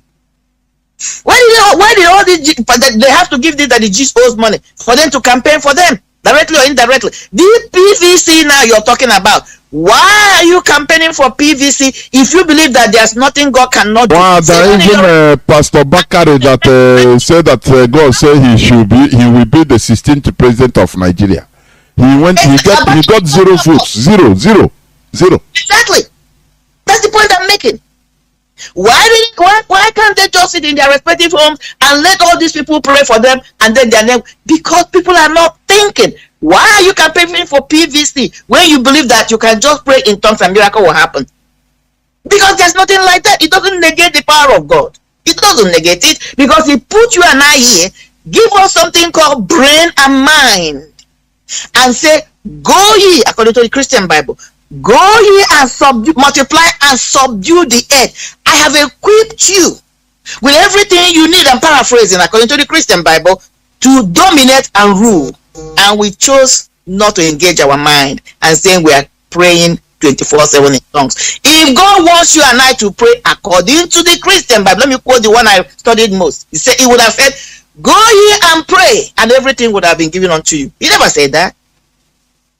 Even this God we are talking about did not stay in heaven and make announcement and say, I am going to save you. If you believe the Christian Bible that Yeshua came to save man, the soul of man, if you believe in that, let's go with that mind thought or train thought. God did not stay wherever the heaven is and made the announcement. According to your Bible, He came down on earth physically to teach, to show, to liberate. That's God Himself, omnipotent, omnipresence. He that created that was not created. He physically came to manifest, to show. And then a human being is telling you, you don't have to put in any work. So just sit down. The Fulanis will go.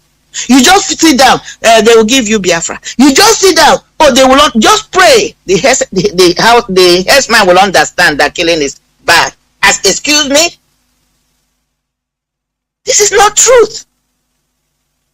It's not truth. So what we are saying here is this. Reality. Until a government or a group of people galvanizes themselves and come up with a document, rules and regulation, laws, call it whatever, enact it, that is going to be for the common welfare of the single man on the street. Mazi, look at what we're talking about. Oh, we are in the leadership. People that are telling me to continue with one Nigeria. Where is the Biafran leadership? Where is the Igbo leadership? They call themselves apex. Do you understand what it means? That's the highest. And your citizens, your people, when the primary objective of any group of people or society or leadership is to protect their people, the welfare of the people, especially life and property. Did you even hear it from them? Did they even take out time to go and find out whether our Mazi? Let me tell you something. As soon as Nigeria became a security quagmire, American government released a press statement. All our citizens, because they know that Nigerians that are citizens in America have what you call dual citizenship. They made an announcement for us. We are advising all citizens of America, those who have, especially those who have dual citizenship, do not travel to Nigeria. It's a security risk. They know that we have this dual loyalty, but because one of our loyalty belongs to them, they value us. That's what it tells me. They thought about me. They made an announcement. But somebody who is claiming to be my representative in that contraction has not even inquired, because that should be their first assignment. Anywhere these headers, anywhere there's a crisis, anywhere that the property, the life of a Biafran is stamped, or even there's a crisis somewhere in Nigeria, the first thing they should do is to go and find out, is our people one of them? And if it is, we must advocate for them. The militaries are doing it, Mazi. They're doing it. Even to their cows, the military will call you, our cows that were killed in Abia, we have made the government to pay for cow animal, Mazi. But our people were slaughtered. You didn't even hear them talk about it, that, oh, this thing that happened in Owo, we found out that our people were involved. What are we going to do? Never. All that are busy running around is backbiting themselves. Who's going to be the next president? They have lost that. We want them. Now it's about vice president. He's going to elude them. It's not my word. He's on the ground. He's glaring. So what is your job as at the epic of the that represent the Igbos? You don't care about their welfare? You will kill one Israeli. To them, they will tell you one Israeli that is killed is more than 500 Palestinians. That is how a nation sees their people. You kill one American, you have killed one too many. That's how a society should see their people. You cannot be seeing your people, they don't matter because they have not directly affected you. You are then not supposed to exist as leaders. What are they doing for us? Nothing. And they want people to continue to follow them. People cannot sit down and ask themselves questions. They have brought the military into our own cocoon. Raping, violating every day is on social media. It's like people we have become numb. This is our people who are killing. They're killing.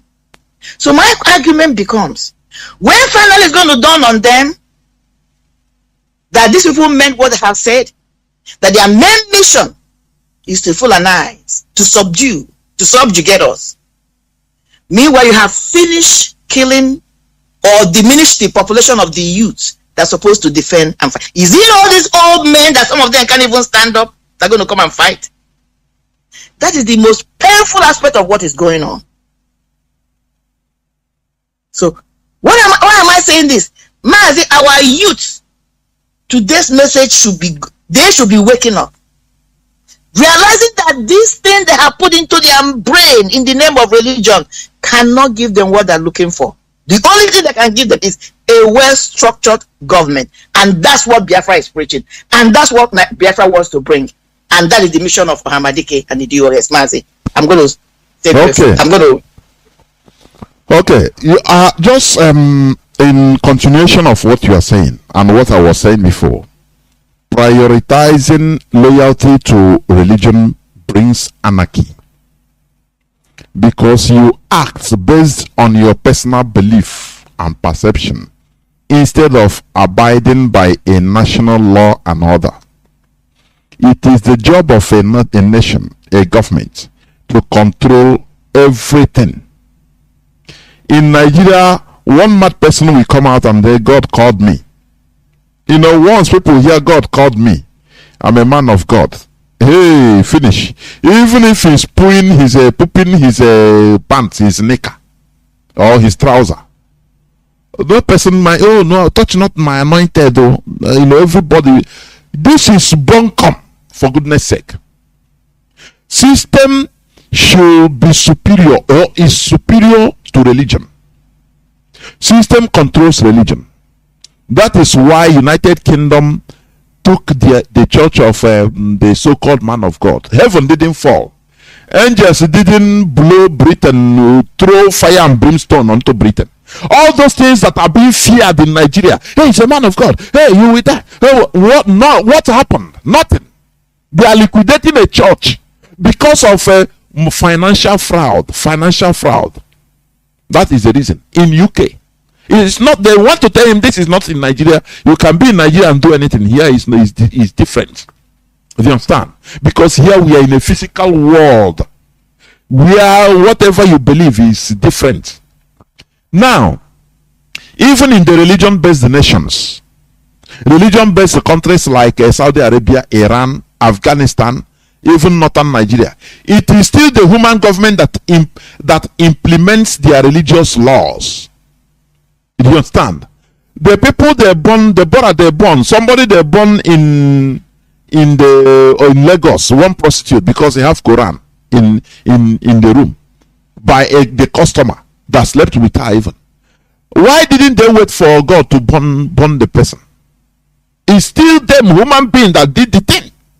So the message they are telling is not that thing they are telling you to wear spirituality, religion, this and that. God, no, it is still them that human being that are doing the thing. So there's a hypocrisy there in a place, in a religion-based nation, or religion-based nations like Saudi Arabia, Iran, Afghanistan, even northern Nigeria. They have Hizbah police. Why didn't they say, oh, okay, as far as you're okay, God will kill you if you do this? No. Human beings still organize in order to implement their religion-based law. Do you understand? It is still human government that implements their religious laws. They don't allow your personal interpretation of the same religion.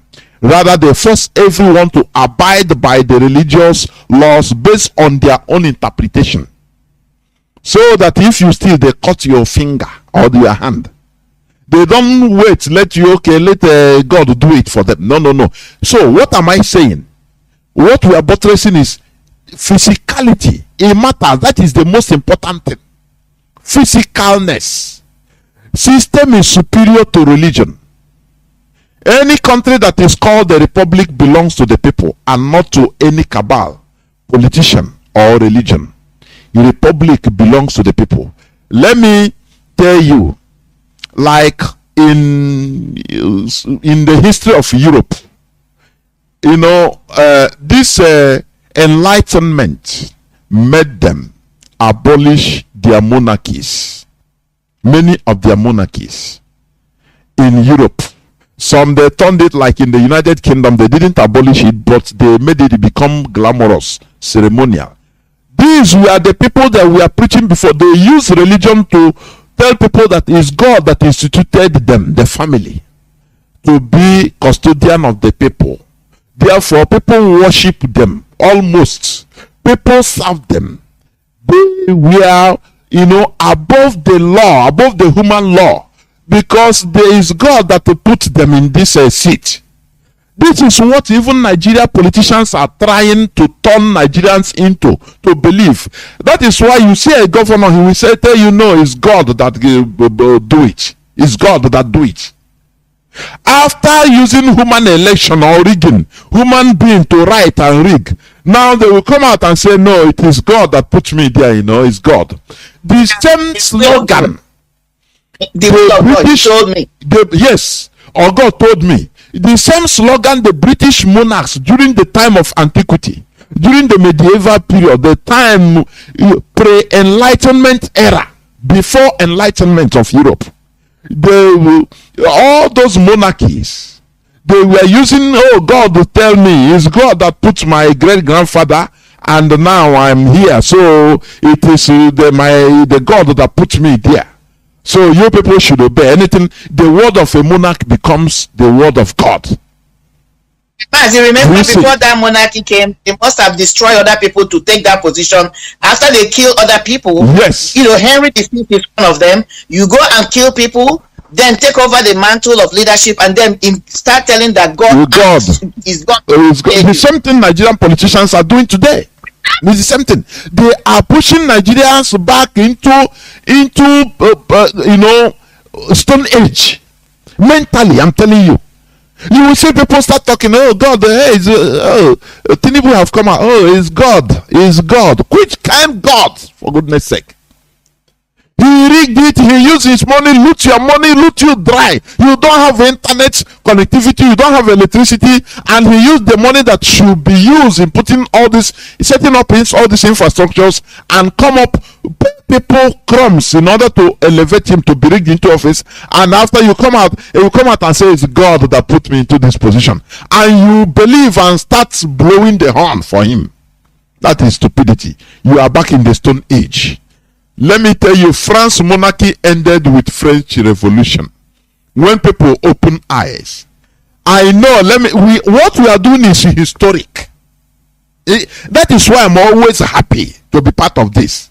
Because what we are doing is rising up people's, rising people, making people be enlightened in order to be wise, to open eyes. It happened in Europe. And French Revolution, after French Revolution, the monarchy, they chased their monarchy into oblivion. Do you understand? King Louis IX. Soviet Union, Russia. Yes, French Revolution in 1789. French Revolution, France monarchy was abolished, sent into oblivion. But these were people that have been taking advantage of the people, because people were blind at that time. Oh, it's God. Anytime people, some monarchs, like even the king of that of Japan. Do you know that it is a taboo for people to see him? That is why, if the last emperor of Japan was called the Emperor Hirohito, the one that was deposed. When I think MacArthur, the American that captured him, he made people to know that after all, this is not God. You understand? Because whenever he is passing, the emperor was moving on his horse. Anywhere, even if he pass marketplace, everybody will lie down flat on the ground, because God is passing. And these people were enjoying it because people were blind. But a time came, people started reasoning and say, look, these people were born like us. Why should we be doing this? Bowing down to people like, for what? And you see, in Europe, they started revolutions. And the casualties are these people. In 1792, French monarchy was completely abolished. French become La République. That is republic for the people. Is no more one man's business or one man's property. What they have turned Nigeria into a group of people's property, politicians' property, whereby anything they give you, you take. It is them that have it. They have yam, they have a knife. Anything they give you, you take. And people are accepting this. That is the worst part of it, because they are using religious belief. Oh, this one Tinubu went to church. Oh, it's a Muslim. He went to church. Oh, so he's a good person. And the God say, they have the people blowing horns for them, telling people that God say this is the person that is rule. They hear God say, and all they lost all their sense of reasoning. It happened in Europe. So what we are doing is bringing enlightenment. Portugal, the king of Portugal, ended in 1910. Complete. They didn't say let us only a few countries like England that they didn't abolish their own monarchy. Complete. What they did is they turned them into something, just like is their heritage. So they turned them into something glamour, a ceremonial, as they did Azikiwe become a ceremonial president. No power. But it's only when it come with bright colors, big car, this and that. Oh, we have gold. Oh, so that is it. Tsar Nicholas II of Russia abdicated the throne in 1917, bringing an end to the Romanov dynasty. That is it. Because people revolutionize and open eyes. When Mugu fall, Gaiman walk. Nigerian politicians are shitting on Nigerians because Nigerians are mugus. Their eyes are not open. They are blind. Yes. They are highly blind. After they use religion, they are using every weapon to keep everybody sleeping. That is the reason why they are doing everything with impunity. And the people I saw on the social media, somebody videoing Tinubu, I don't know where, in part of Lagos, see people gather, they were calling him Jagaban. These are people that confiscated the future, the destinies of people that are doing, people that are suffering. You see people that are riding Okada, but they are graduates. These are people that are blowing up. Jagaban. But the person you are praising is a demon that you're supposed to cut off his neck. The Europeans did it. That is why Europe, everybody is trying to go to Europe. You are dying to go to Europe, dying in Mediterranean Sea. It is when your eyes open, now you can now rise up and say, no, these people, what you are doing is intolerable. This world, all of us come into this world together. You didn't wear clothes to come out from your mother's womb. Likewise me. So why will it be that, oh, God will bring you down? For what? You are a created human being like me. And people rose up. They pursued their monarchs, people that were using religion to hew them down. Do you understand? Even the last German emperor, a grandson of Queen Victoria, he was the King Kaiser William II. He was the last German emperor and king of Prussia. They abolished them in, I think, 1918. The abdiction was in 1918. What about the Ottoman Empire? Ended in 1922, and Turkey became a republic a year later. They defeated Turkey in a war, in the First World War. It was Ottoman Empire, and they divided. They shared some Ottoman Empire's, borders, and they shrink to Turkey. They call it. It became Turkey. In 1922, the Ottoman Empire ended.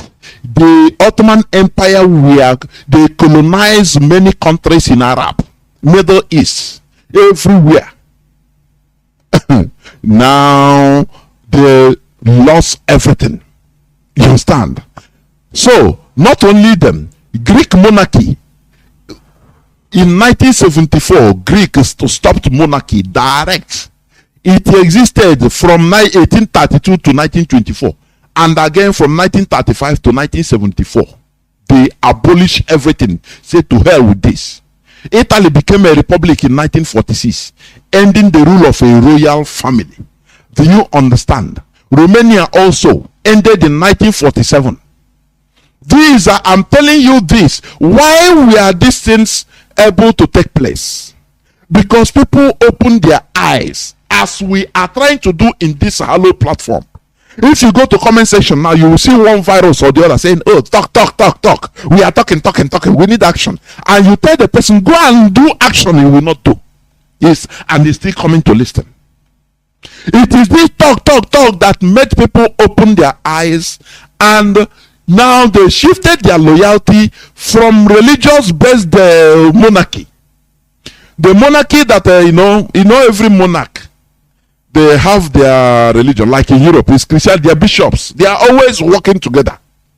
They will tell them it's God who instituted him also. Don't challenge it. You want to challenge God? He's obey your ruler. And the people will be walking, dying, suffering. Monkey they walk, bamboo they chop. Because they put their loyalty in their religious belief more than to their nation. When their eyes started opening, now fire everywhere. That is why, let me tell you, before it will be better, it will go bad. It will go sour. All this in freedom fighting, in a revolution, many things used to happen. So what is happening in our land is not something extraordinary. It happened before. It happened in many places. Where there are revolutions, it's like that. Where people are opening eyes, it's like that.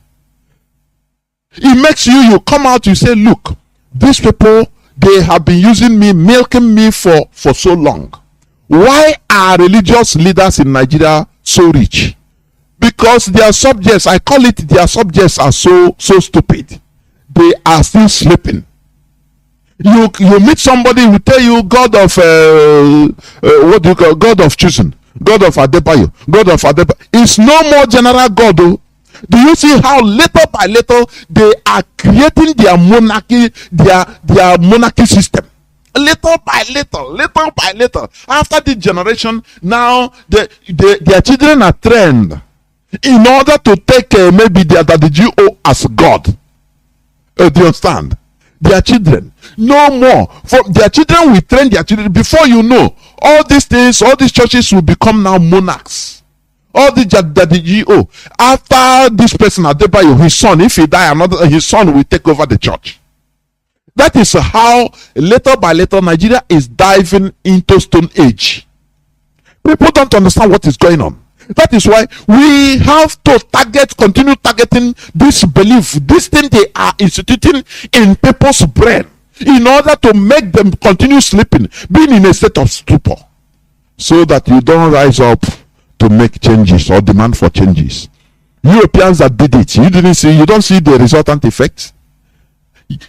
After the revolution, they started teaching children in France, kindergarteners. They teach them about revolution, how to ask questions. Do not allow any person to deceive you. You ask reasonable questions. Children, babies. Now, when you see a baby speaking, a baby that of 5 years talking, you think you bow. It is because of the education, revolutionary education. That is what Biafra will be. If Biafra is restored, our children, newborn babies that will be able, they will be taught to, when they will be speaking, you think that a person of 30 years old is speaking. These are revolutions, products of revolutions. They want to continue using religion as anti-revolutionary. Like the other day, I think one person, is it Adebayo, was speaking. He said, I am not a revolutionist. I don't know these people. They don't know they are making themselves stupid. You should be proud to be a revolutionist. A very proud one. But in Nigeria, it's a taboo. Because what they understand about revolution is they don't want to talk.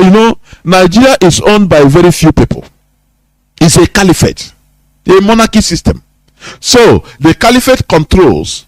Once as the caliphate, they are holding power, holding everything. And anytime you talk about that word revo, before you put shun, they don't want anything. They will come after you because they don't want anything that will make people rise up. Look at what happened in NSAS protest. They tried everything to put it down because they don't want, if that thing have succeeded before God and man, by now all the politicians would have run away. What you would have been seeing in positions of power in Nigeria would have been young men and women, students that are students that really want to build their country. Children that really want to organize a nation for everybody. Because Napoleon Bonaparte is one of them. That is why you cannot talk about France without talking about Napoleon Bonaparte. He is a product of a revolution. And he did it and changed many things. He steered France to a right position they are today. You understand? And that is why you want to go to Europe. Because people they checked back.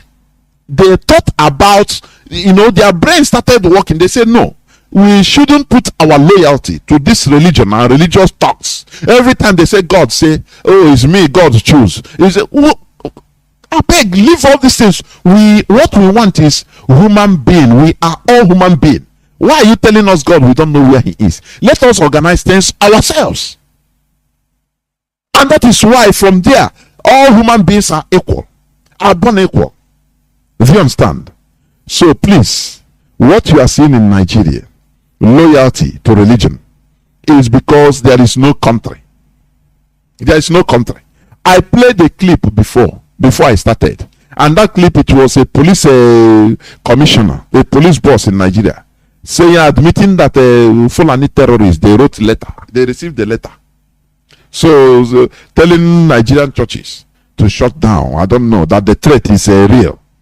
That they need to, they need to be careful. Do not go finish your church early and go. That is all they can offer. Finish and go. Otherwise, they will come and massacre you. You will have no security. It is a high time people start asking questions. Why is what is happening in our so-called country happening? Why? When you start pondering about that question, why? your eyes will start being opened. They are deceiving people using religion. God.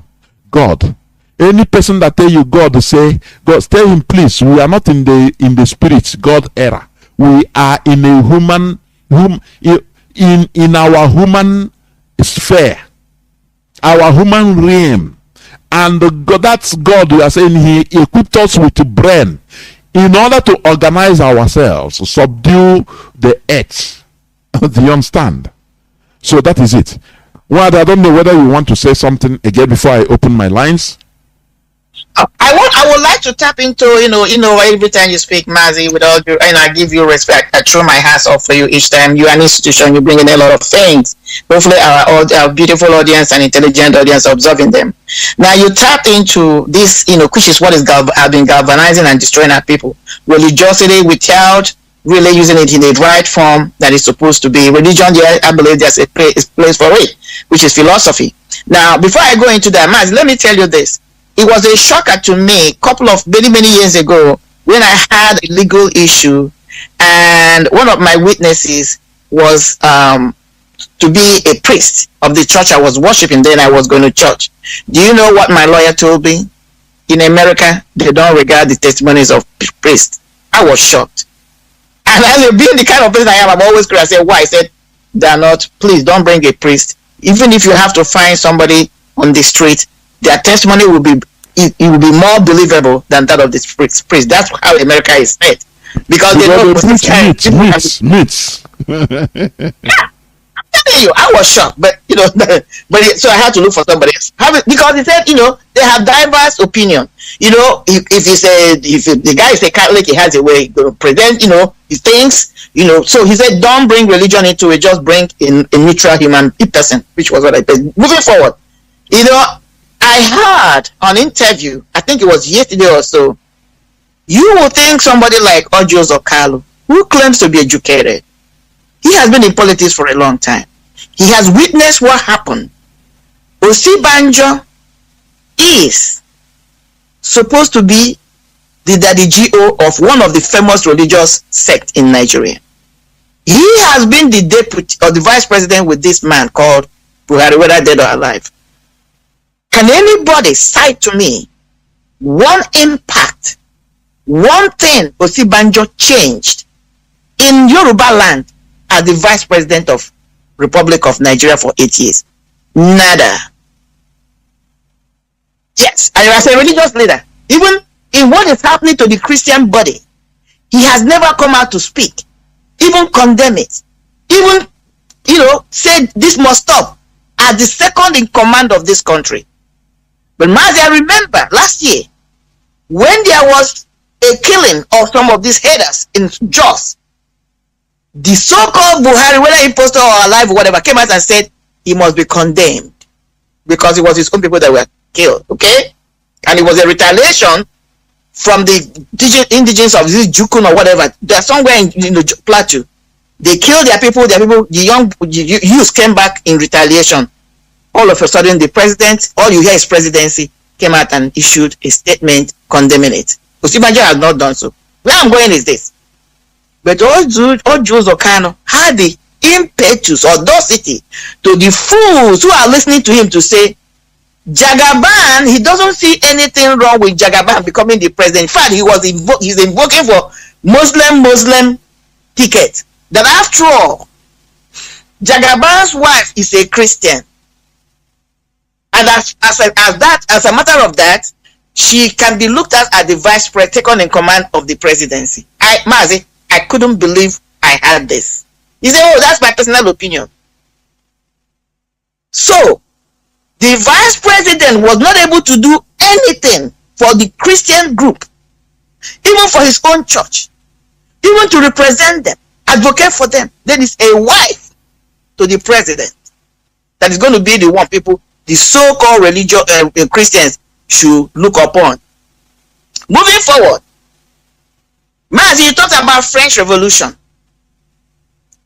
There is this famous French philosopher. A philosopher is somebody that deals with religion or belief.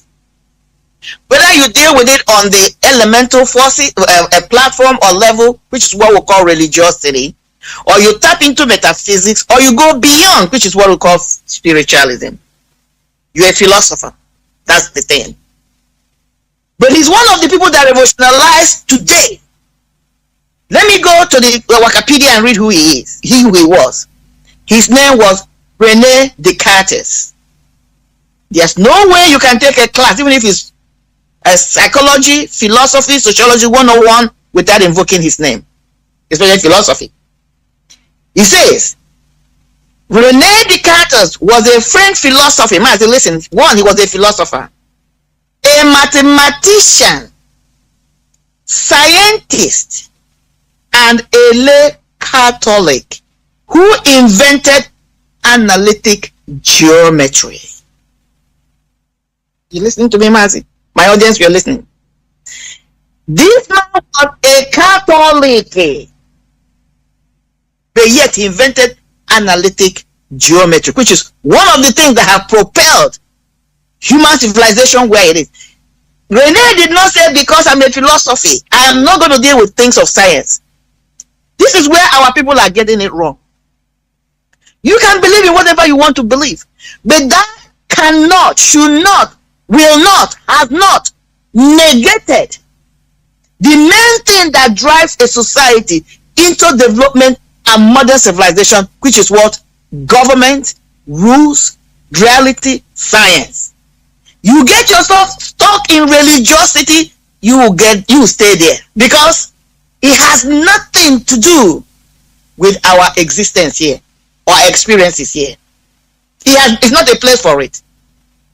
And when you go back even and think about some of these famous scientists that were like Isaac Newton, Albert Einstein, go and check their history. They were religious people, but that did not stop them from facing reality. You want to talk about the mind of man? Let's talk about the mind of man. Then we can move on to, this Rene said, because, I'm paraphrasing him, say, because I think, that means I am. What does that mean? What he's trying to tell you is, because I'm talking about the mind of man, which is what we are wasting in where we come from, and which what has separated us from being where we're supposed to be. He said, I think, therefore I am. But let me paraphrase it. He said, because I have the ability to think, and for you to have the ability to think, that means you have something called brain and mind. He said, therefore I am. Therefore I do exist. Therefore I am reality. I am not an illusion. That's what he was trying to. I think, therefore I am. Because I have the ability to think, to know, to be aware of my environment, to be aware that I do exist. This is reality for me. That's what he's trying to say here. I'm breaking it down. He goes further to say, the reading of all good things is like conversation with the finest men on the post-centuries. If you will be a real seeker after truth, it is necessary that at least once in your life you doubt as far as possible all things. You must engage your mind. You must think. How do I acknowledge reality? I live in a world of reality, not illusion, where I can touch, I can feel, I can see physical things. I cannot survive in this environment with illusion, with make-believe. Again, I'm going to stop by citing and invoking Yeshua from the Christian Bible. He came in flesh according to them. They said that he is God, God is him. Fine, let me give it to them, the argument. But this God had to come in a flesh to be able to function in the physical realm. Because for you to be in the physical realm, you must be physical. And when he came, he did not breathe air. When he was here, according to the Christian Torah, according to the Christian Bible and the Jewish Torah, which is where you'll find him really, he practiced all the Jewish custom. He did not practice another custom. It was his own custom. The location where God has placed him, that was the custom, that was the values. He embraced and practiced all of them. He ate like you and I. He did not pray and get filled. He breathed like you and I. He did not imagine it and oxygen went through his lungs and came out. He poo-pooed. He did everything we do. He never one day sat down and said, let there be food. Even when they talk about the miracle he did, multiplying fishes.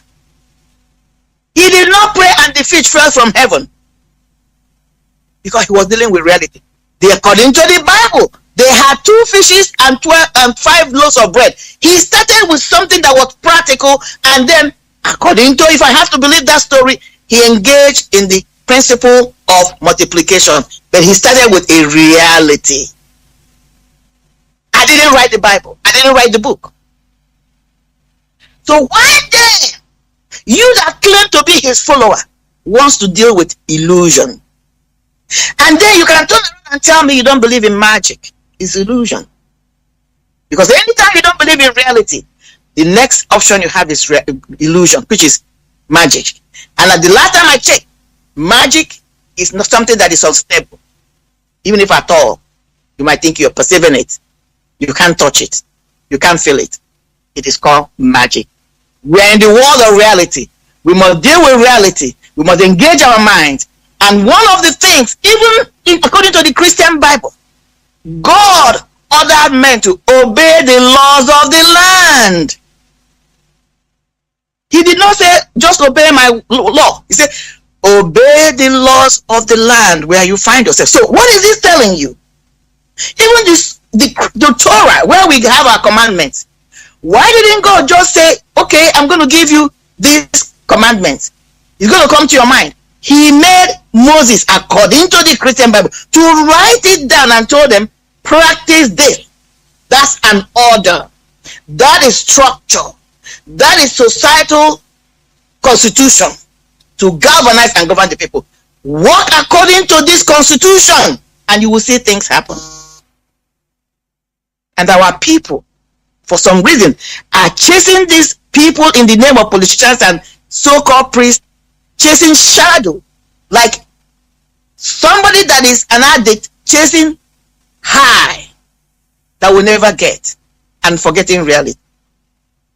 In my deduction, in my conclusion, unless we listen, which is what we're doing, which is what Mazi has started on Hamadike, pinch ourselves and realize we're in physical earth, engage our minds, and come to the point where we say enough is enough. The role of a government is to provide us that threshold, the basic amenities, so that we as societies can take our futures into our hand, be able to unleash our each and everyone giving potentials. We are going nowhere. These are the few things or the major things that have set the way the civilized society from the uncivilized society. Those who have come to that awakening, that paradigm shift, to realize that the government is responsible for whether we develop or not, and not religious rules and regulations or beliefs. Mazi, I'm going to yield for now. Thank you very much. We must continue, and we shall go into a few minutes break, so that when we come back, our lines will be open because our time is fast spent, although it is understandable. But remember, yes, the topic of our discussion today is, should our loyalty be to our nation or our religion in the modern society building? Do not go away. We shall be right back. Mystery God. Absolutely no mystery God. There is no God in the sky and there is no devil under the ground. Heaven is not in the sky and hell is not under the ground. Heaven and hell are conditions of the mind, states of existence and states of being. And so Jesus told us to stop looking for heaven in the sky. He said the kingdom of heaven is within you. And that we are the temples of the living God. That the living God lives in our temple, and he does not inhabit the sky, but he inhabits the higher realms of the heavens, of the realm of the secret innermost chambers of the subconscious chamber of the soul of man and woman. And this power bursts forth and emanates forth from him to set in motion a universal order based on principle and law. All of this set in motion by a divine power and a divine force that never dies. It's constant. It just changes forms. God is in man. Can't be in any man. He's got to be in the original man. Because if God is the first and everything comes from him, then he can't wait for anything else. He brings everything else into existence. There could be no white man if there were no black man. It is biologically and genetically impossible for the recessive white man to produce the dominant yellow baby. Biologically and genetically impossible for the recessive yellow man and woman to produce the dominant brown baby. And biologically and genetically impossible for the recessive brown man and woman to produce the dominant black baby. But that black man and his woman, the father and the mother of it all, can produce black, can produce brown, can produce red, can produce yellow. And if the seed runs wild or mutates in the womb of the black woman, can even produce an albino, something which is whiter than white, 180 degrees in either direction.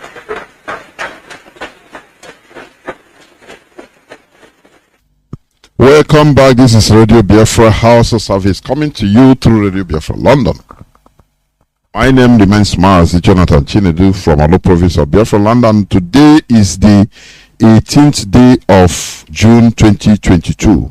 I am here with Marien Haider, and we are talking or discussing about religion on a topic that says, should we or should our loyalty be to our nation or our religion in modern society building? Therefore, our lines are now open. Our direct number, our direct line is +1 213 328 6224. I repeat, +1 213 328 6224. Our WhatsApp and Signal line is +61 405 142 547. I repeat, +61 405 142 547. You can call us and give us your view. We have a first caller on WhatsApp. Caller on Signal, hold on also, please. I'll come to you. Caller on WhatsApp, please start by giving us your name and where you're calling from. Can you hear me? Call on WhatsApp.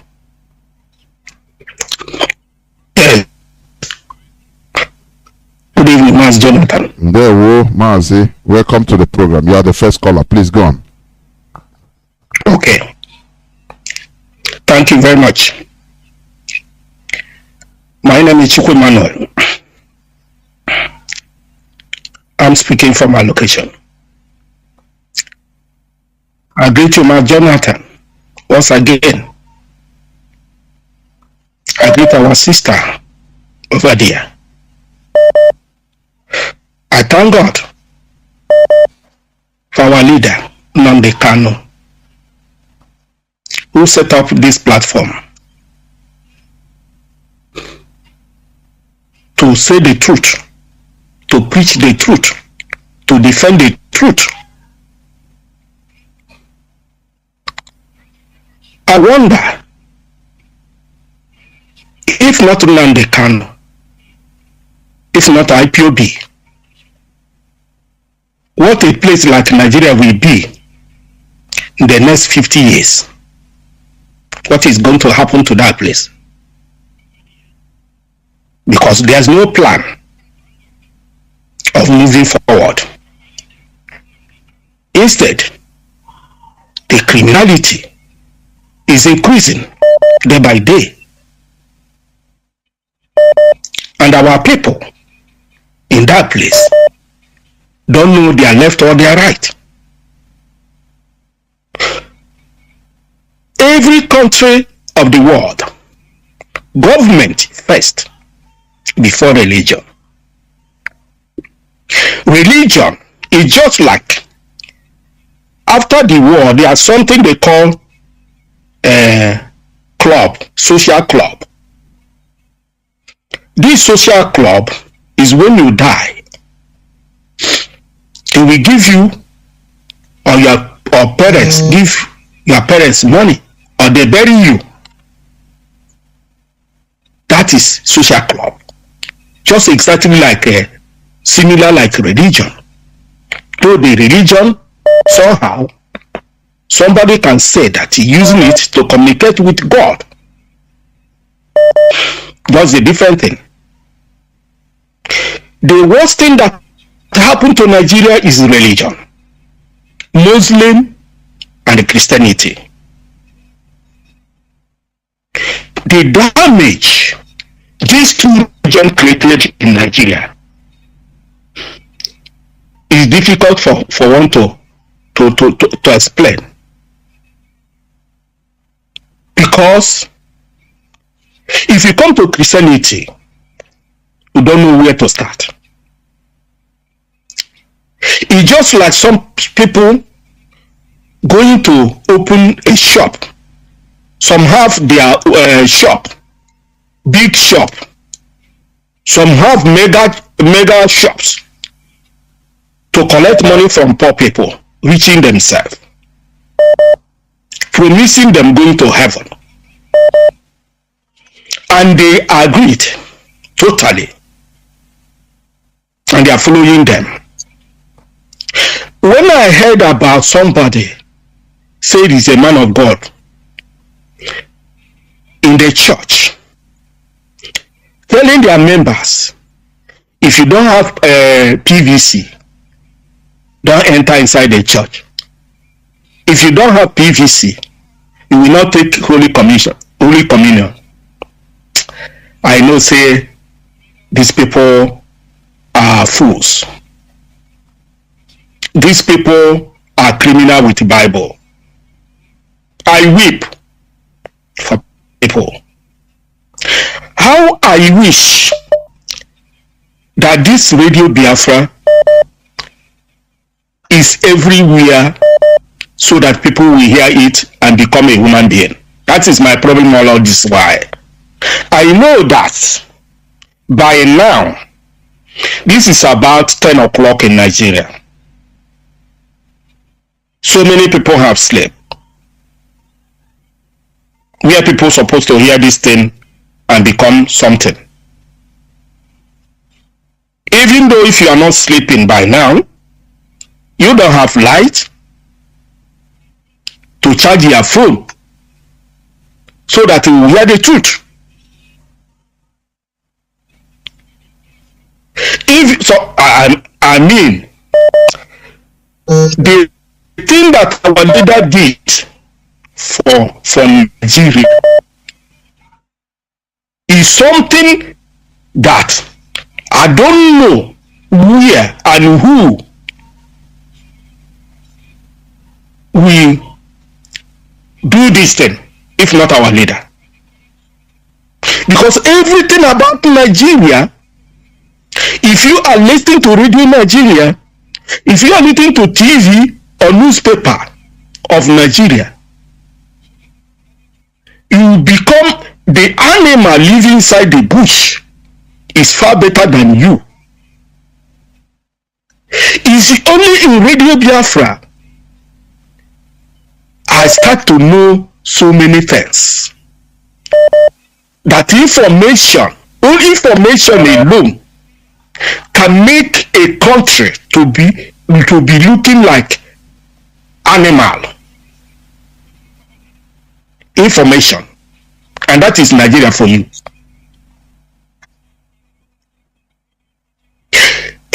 everything about Nigeria. What Fulani have did in Hausa race and what Fulani are trying to do in the whole Nigeria. If you see anybody who say that he's a politician in Nigeria, you kill him. Because he is working to kill you, not only you, to kill your unborn generation. Because Nigeria is made to destroy human beings. Thank you, Mazi. Only Nigeria, what they are doing is to deceive, to steal human future and destroy them. Thank you, Mazi. Nigeria Mazi, is worse than Satan. Thank you. No. I greet my leader, the man who set up this radio. It's not easy. Thank you very much. Almost Biafra. Thank you. There we go. Caller on signal. Can you hear me? Caller on signal. Caller on signal. Can you hear me? Thank you, Martin. Caller on signal. Can you hear me? I can hear you. There we go. Welcome to the program. Go on. Go on. Thank you so much, my beloved brother. May Chukwu Kikabiyama bless you and bless our sister Marien for coming out every Saturday to preach this gospel, that our people will listen and begin to, do something about it. And before I proceed, may Chukwu Kikabiyama continue to guide and protect our leader, Mazi Nnamdi Kanu, even as the court his court case is approaching. We pray that Chukwu Kikabiyama will release him for us unconditionally on that particular day, that his name will be glorified. In the name of Chukwu Kikabiyama. He said, my name, fellow Biafrans, my name is Mazi Akas. I'm Austria, and by the special grace of Chukwu Kikabiyama, I am the IPOB Austria National PRO. Mazi, just what I want to contribute in this particular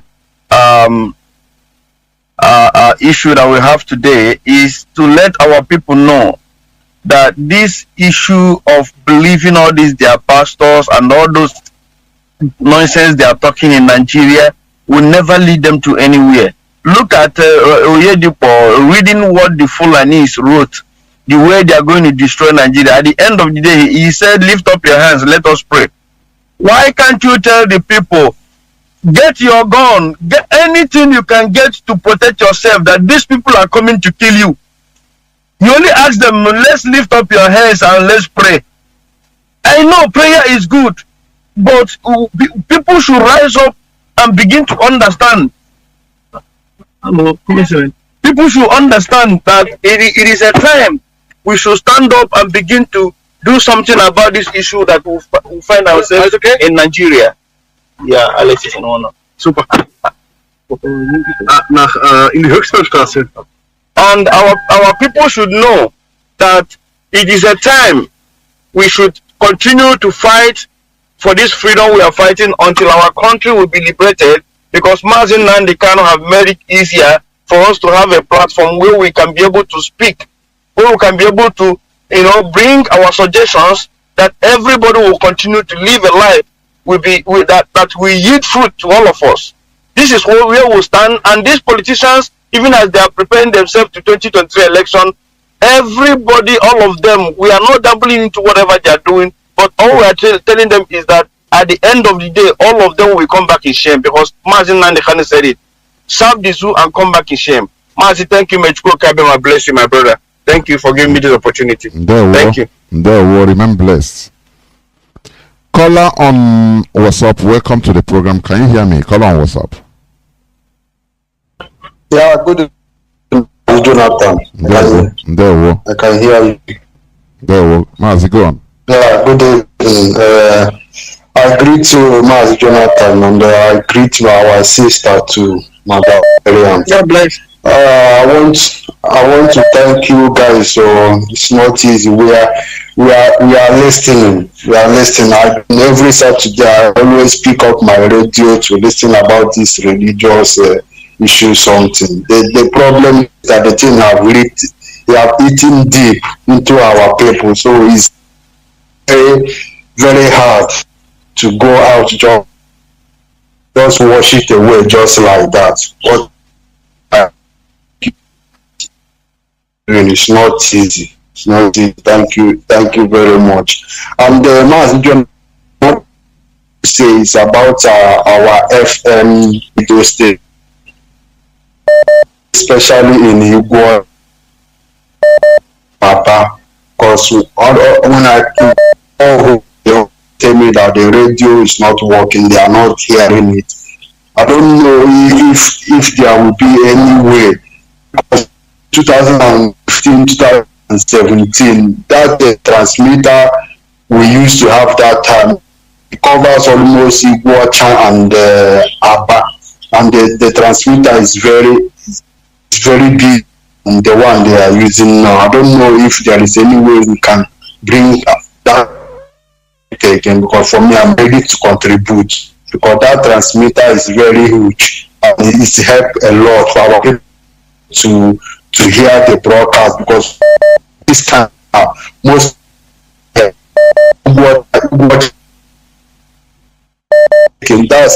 the most important thing, because during this our sit at home or other things before sit at home or 30th of May, if we go yourself we comply more than other states, but this time around now they are not complying like much again. So please, that transmitter is very important. So I want our media head to look into it. Thank you so much, Mazi Johnathan. People bless you. I understand, and many complaints also. Very sad indeed. This radio, our FM issue in Biafra land is giving us a heavy headache, honestly speaking. Personally, I've been receiving complaints upon complaints. But IPOB is trying, honestly. It's not easy to work in that type of situation. A very hostile, more than hostile situation is not easy. But we must continue. We are not going to sabotage. Yes, sabotage everywhere, from every corner. Caller on signal. Caller on signal, can you hear me? Caller on signal, can you hear me? Welcome to the program. I'm not hearing you. Your voice is not coming out. I don't know. Yeah, go on. I'm hearing you. Please, the whole world is hearing you. Go on. Okay, thank you very much, Mas. Good evening. My name is Sonny Chris, and I'm calling from Ipob. My dear brother, a lot of things have been said, but my regards to my sister there, Marien Haider, but I don't know whether because of security reasons why she bear the name, because here I have that she speak very nice Igbo language, so that name Marien Haider somehow sounds somehow to me. So I don't know why. If she has Igbo name, she can tell us Igbo name. We call her that Igbo name than a header. That's a white man name. Forget about the cover of the book. Deal with the content, my brother. Sorry? Don't worry about the cover of the book. Deal with the content. What I want to say, a lot of things have been said, but the major problem is that there's one word I used to tell people, and more days are going on, I still view upon that words, and I find that is a reality. I used to tell people that there's a certain environment you will be. If you don't change the environment will change you. And it is obviously that about 80% likely that the environment must change you. And what is it, that environment? No matter how you are educated, how you sound very, very clear, lightly, very, very enlightened, you go to Nigeria and live for maybe after 6 years, listen to their TV, listen to the people around, honestly, you will change. What will change you? You will start behaving like them. If you don't behave like them, let me give you an example. If you look at the zero here everywhere, you cannot just urinate in the street because there is a place you can go and urinate. But generally, when I came back from there, I was traveling home. I was inside bus. We get between Ore. Police people block the highway, and there's something that touched me that day. The first time after I've been many years here, probably the first time there. That was many years ago, about 10 years ago.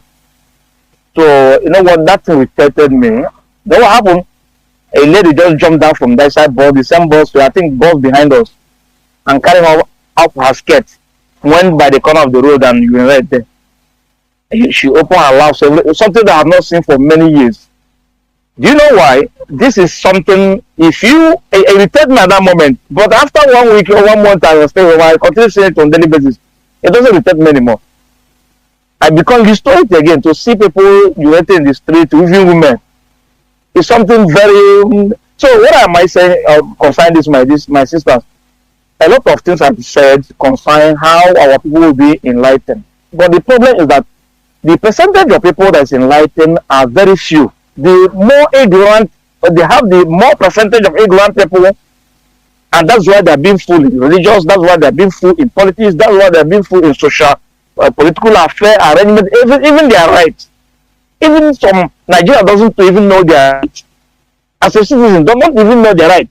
Some of them, police will stop them on the road. He has a car, but they don't know that he has the right to have his car or drive in certain, he don't even know his right. So how are we going to educate people so that it can, the people that are intelligent or understand things will be superior to those that are not? Because once we have this number higher, it will, other people, the low one will like to imitate the higher ones, so that you see everybody will be enlightened. But I see something very difficult. Look at what happened. Now election has come. That we're talking about P2B, PVC, go and register. Those people campaigning go and take your PVC. And the same people that tried to vote Buhari out with PVC 4 years ago, 3 years ago, they couldn't with the same PVC. And now they have come back and said, go and get your PVC. You see why why people will say, but we tried this last time, it didn't work. How possible is it that it work now? They begin to look into it and see that it cannot work. So this is the reasons why people are daft, because the people, you get more number of people that are daft than people reasonable. And sometimes the criminals, even the ones they know, like what our sister said about Ojus Okal. I've been listening to the one that Kuremadu just said yesterday or today. He said it.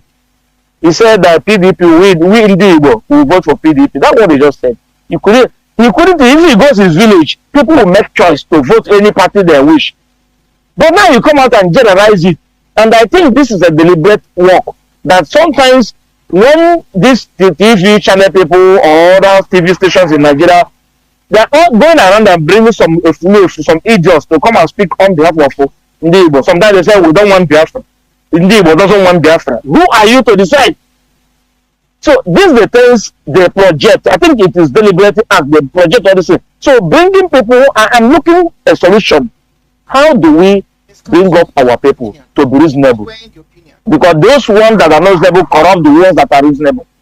More in number. So what do we do? The answer is, I said last time, I said, what do we do to elevate the reason of our people? Because the problem I see and understand is they are not reasoning at all. What happened? You might as well you say people of Nigeria on the 15 minutes people. It's something that happened today. But if it happened maybe 2 years ago, it's about 10 years something. They can't even remember it again. Look at the distance we are talking about when France Revolution and other people, 18th, 19th century, it's about 200 years.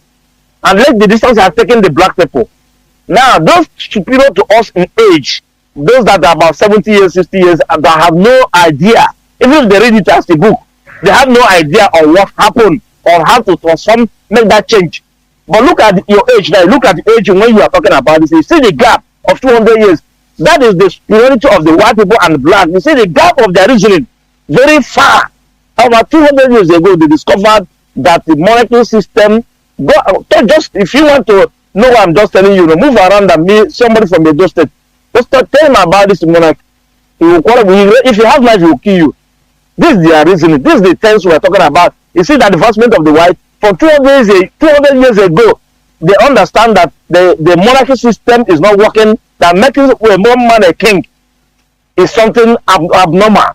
But today, some people are trying to defend. That is why they see governors, those in political positions. Hey, my excellency, my oga, bowing down for somebody because he's paying you money that belongs to you and him. So the solution is that now what do we do? I'm asking you this question after you respond me on radio. What do we do to make sure that we prove, apart from talking on radio and all that, what else can we do to make sure that we elevate the resource for our people? Thank you, Mazi. Mazi, thank you very much. Let me, before I pick, I have people waiting on call. There is nothing more you can do than what we are doing. Talking. You know, human being is the only species of animal that converts or can convert their language into advanced or technology and advanced technology. Monkeys, they can communicate to themselves, but what matters to them is only they can say come and eat. You don't know what, maybe they are talking only food. What concerns them is food. What they will feed their belly. I don't know whether I want. Let me talk more on this, please. Human being, why we are Homo sapiens, is that our advanced animal. We are referred to advanced animal. We are the only species, the only animal that are able to convert our languages into advanced technology. Other animals, they communicate. That is true. Other animals, they communicate in their own various languages. Even birds, they communicate. Other animals, they communicate. But their sole aim is anything concerning just feeding. Feeding. Nothing more. Feeding and or maybe danger. Nothing more. They cannot transform their language into, producing ordinary ink or doing something, produce something that will help them. So the question you ask, my brother, we cannot use gun and surrender person and say, oh yeah, believe what we say, tell you now, take it, change your bread. It is impossible. It is highly impossible. Let me tell you something. What brings about revolution is not a very big group of people. One person can bring a revolution, or a very tiny group of people. In Tunisia 2011, only one person, one vegetable seller, obeyed the thing. He set himself ablaze, and all hell broke loose. The 2021 or 2020 NSAS protest. What started it was a video by one person in so-called Delta State today, where police brutalized somebody. That video went viral on social media. It's not on mainstream media, and people on their own started rising up. Revolution is not something that let us start tomorrow. That is why when I think about people that say revolution now, there will be revolution starting from next week, I laugh. Laugh won't kill me. I say, these people, which world are they, Seth? Revolution used to start spontaneously. Let me tell you what is going on. There is nothing more we can do than be talking. Our leader said that our people are like Uzuma Beke. That is why some people, when they say, talking, let us do this, they don't know that the people that are handling the leadership of IPOB are highly tactical. I don't know, highly tactical, because there is a way you can go on issue, it will backfire. You guy with too much or the thing will fall on you. Just like a house you are building, you didn't put pillar too much, the house will just collapse on you. So, my brother, What I'm telling you is that this, you see this talking, spreading the news. Sometimes it's frustrating. Sometimes you start thinking. You start taking, stock. To know, say, but what this thing we are doing, is it working at all?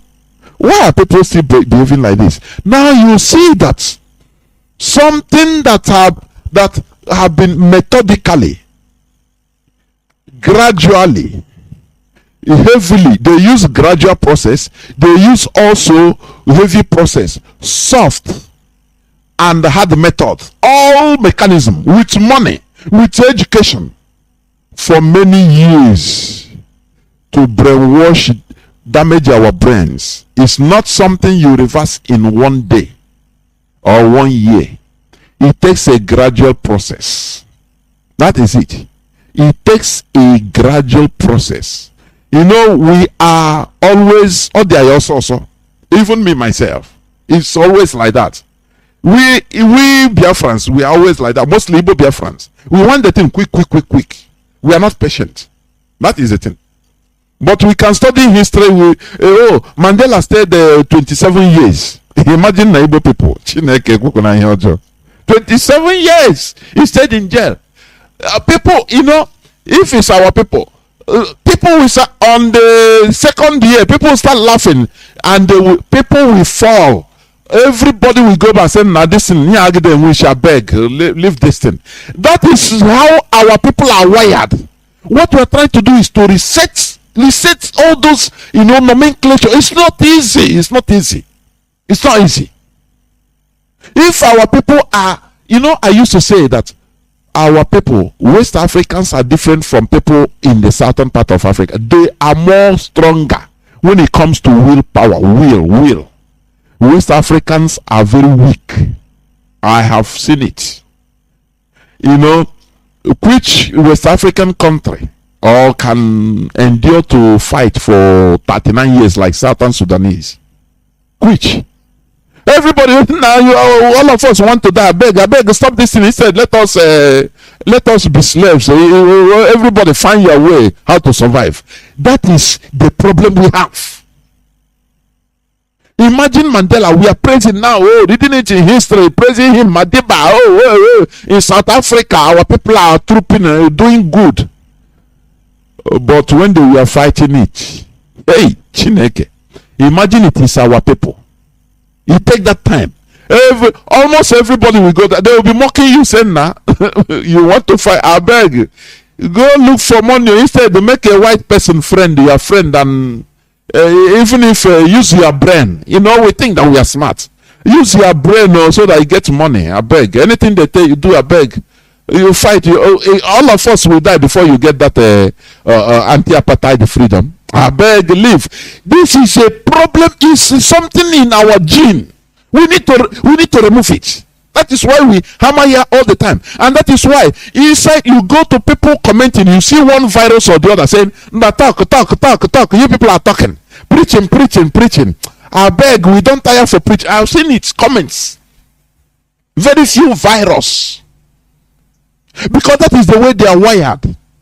Do you see it? So there is nothing again than to continue speaking, because word changes human being. Talking, it is very powerful. Word changes, it can change you. A time will come, even when you listen.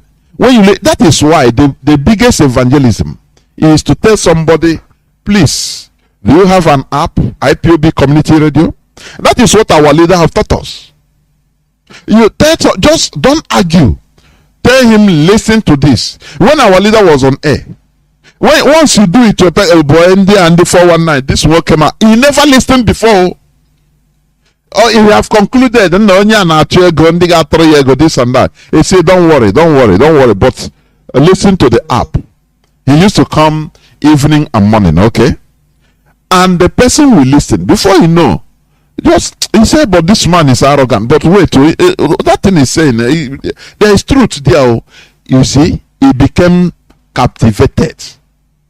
That is the power of talking. Well, I don't know whether you want to say something because people are waiting on phone. Yeah, Wait, because you said it all. What our people, some of them are advocating is somebody who is going to, you find a fertile land, you want to plant some seed, but you did not till, and then prepare the land, and you want to put the seed. You're going to have a problem. So what we are doing now, we are in the, fertilizing the ground. That's what we're doing. Because, like you said again, even again from the religious context or Christian Bible, everything the Almighty God did was by talking. Creation was by talking. He spoke the word. This word we're speaking is an energy. That's the only thing that can stir the human mind. You don't stir the human mind with guns. You scare them. That is why ideology is the best or the strongest weapon to unclog. What we're dealing with now was something, an ideologies or ideologies that have been embedded in us from birth. That is why it's difficult. Behavioral land are difficult to unlearn. So what we're doing is brick by brick, precept by precept, dethroning, removing all these clogs, and bringing a new and allowing people on themselves to see reality. Think about it, because when you have fertilized the people, pregnanted them, you don't need to ask anybody to rise up. That is the difference. When Mazi says there's a difference between volunteer army and those you pay. When you voluntarily came into a thing, you put in your best, than when you are being moved or forced to do it. I'm going to back up. Thank you. Caller on, let me see who is there first. Caller on WhatsApp, can you hear me? You have been there. Yes. You have been there for yes. For how long? For 14 minutes. Caller on WhatsApp, please go on. Welcome to the program. Good evening. Thank you very much. This is your brother in the struggle. My name is Asanebo Elekima Iganiboye. I've been longing to be given the privilege and opportunities in a very long while, sir. Even though every day, every evening we are with you here in the Zoo, Nibocha. We are with you despite the fact that they are sabotaging our radios, sabotaging everything, but our app is great with us. We have been highly informed, educated. We have been highly orientated by this platform. This is standard of learning. I keep saying, we coastal region of Biafra area.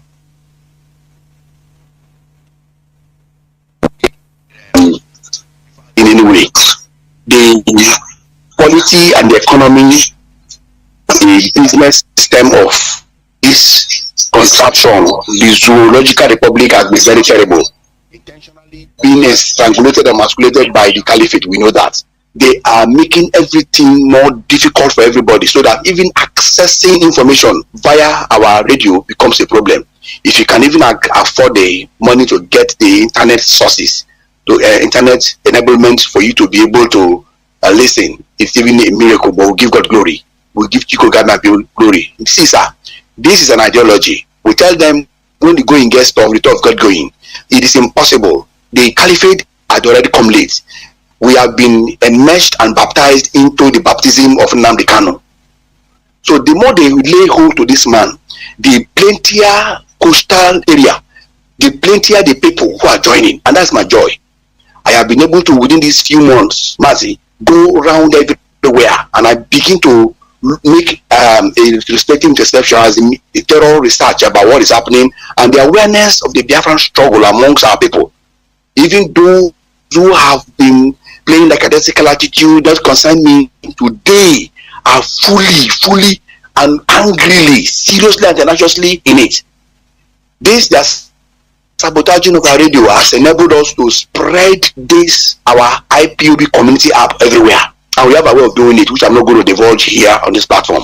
So I want these people to hear the Janjaweed that telling us that we are conquered territory in the south. You are wrong. We are waiting for you. We are knocking down together with our Igbo speaking Biafra brothers, and we are together because we are one. We are one. Nothing separates us. We here are just like one of my friends will say, we all die here. Instead, Biafra will not come. Biafra or Biafra. Instead, Biafra will not come. We see them run on radio, on television. We see propaganda everywhere. They've not rendered nothing. Not afraid. It is our land. We know how to go about it. Mazi, coming to this evening's topic, it's amazing. Wonderful revelation like always. Today, yesterday, just like our previous the last callers mentioned, we read online about the warning given to churches to close, not to hold churches again. In the zoo, and the police. I saw it myself. I even watched the video. Shamelessly, the police heads are reading it out to the people and scaring everybody. And then one of the heads here in the Igocha responded. The Winners Chapel boss that encourage the people and never pray. What shook me was that I thought it was going to really act like a man they call Isa Oguba in the north, one of the pastors. You must all find yourself. What he said was if you pray, and then secondly, everybody in this church should carry his banner, his sticker bearing his picture on their cars and on their houses, and that will be as an emblem of salvation and deliverance. Then I say, wow. Now back to the book of God. Yes, sir. I have everything. I could send it to you. I screenshotted everything. I will send it to you after you do. I was like, wow. I say, could this be true? I remembered in the book of Genesis when God was bringing out the people of Israel from Egypt.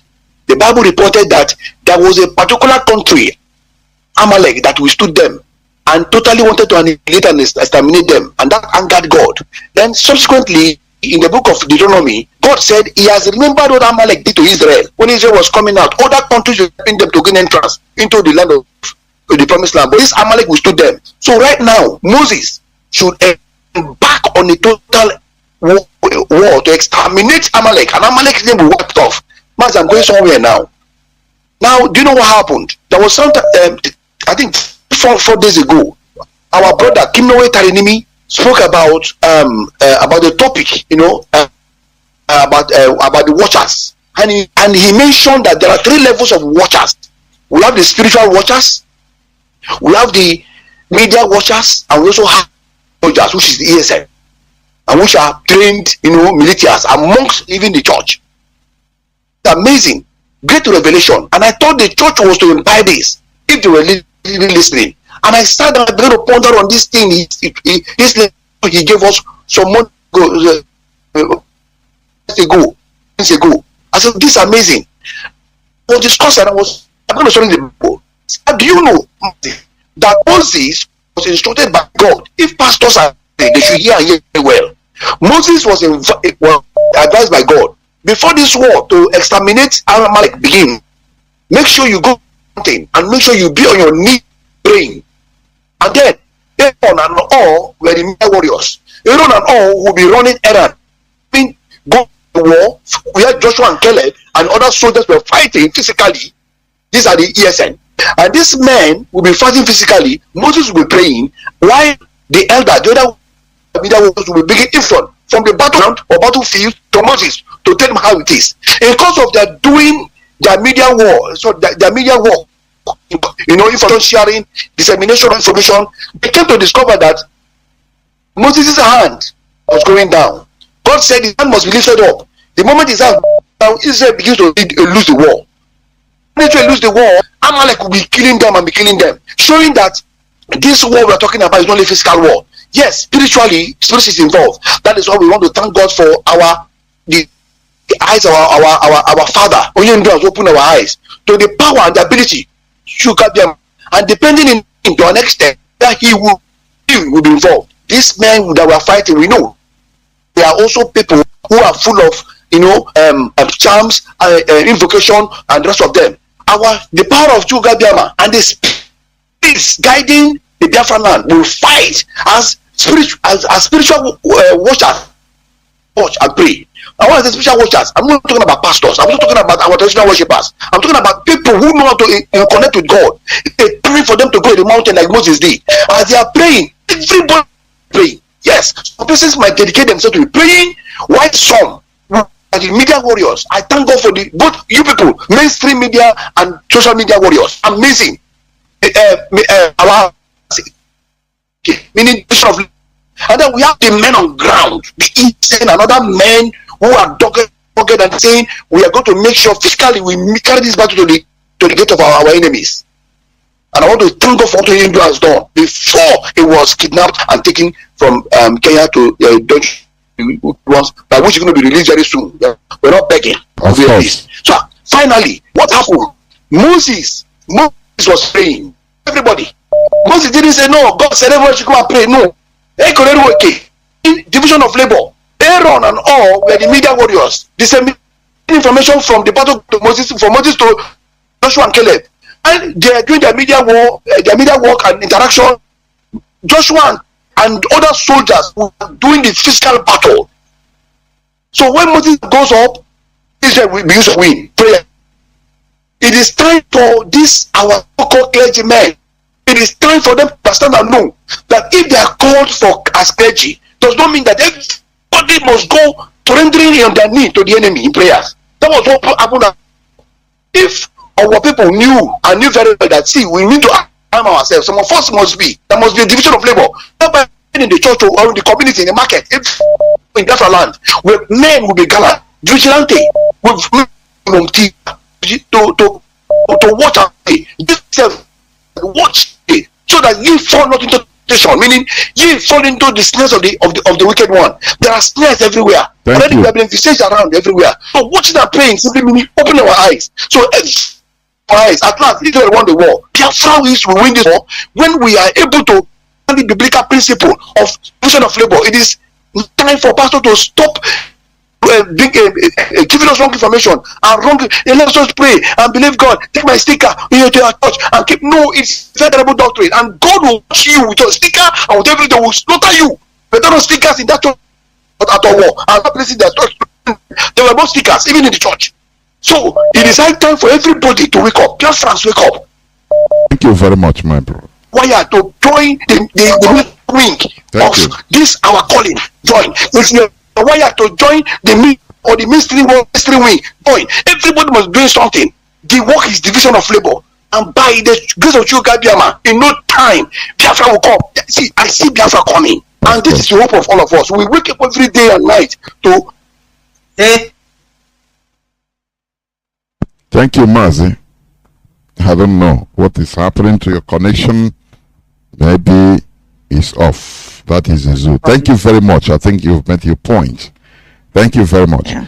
We must continue. I have a caller on signal. Welcome to the program. Can you hear me? Caller on signal. I can hear you, Mazi Johnathan Nwa. Mazi. Go on, please. Thank you very much, Madam Hela or Maria. My dear sister, you make me proud, honestly speaking. Both you, Mazi Chinedu, including Mazi Nnamdi, who brought this radio. Because what we are hearing here, we never hear it others. And even though we hear it others, it may be propaganda or lie. They hear the gospel truth. So may God bless you people all, honestly speaking. You know, including the IPOB members or both the media world, there is a wisdom into them. This is what I'm very, very glad. You know, very, very happy. You see, that my sister Diana is talking about what our own brother, Ojus Okale, is now defending Turumbu. That his wife is so this and that. Forgetting that even when we are talking, Aisha is crying in Asoro. Nobody hear that. He's crying, even ordinary pump secretary into this Asoro did not even preach to even, they are always fighting. So now, you see, my brother, the type of the situation we are now, my dear, I need to say this open because we need to wage war. They are coming. You see, the humiliated P2B from PDP, humiliated, even warn him, give him caution. You know what Igbo man always like? When they beat him outside, he will come and look for his own brothers to beat too, so that he will bear by Vasar. I wonder how this man will be kicked out from PDP and now from Labour Party that no even single governor that's going to secure his vote. You think that we are animals? We are not fools.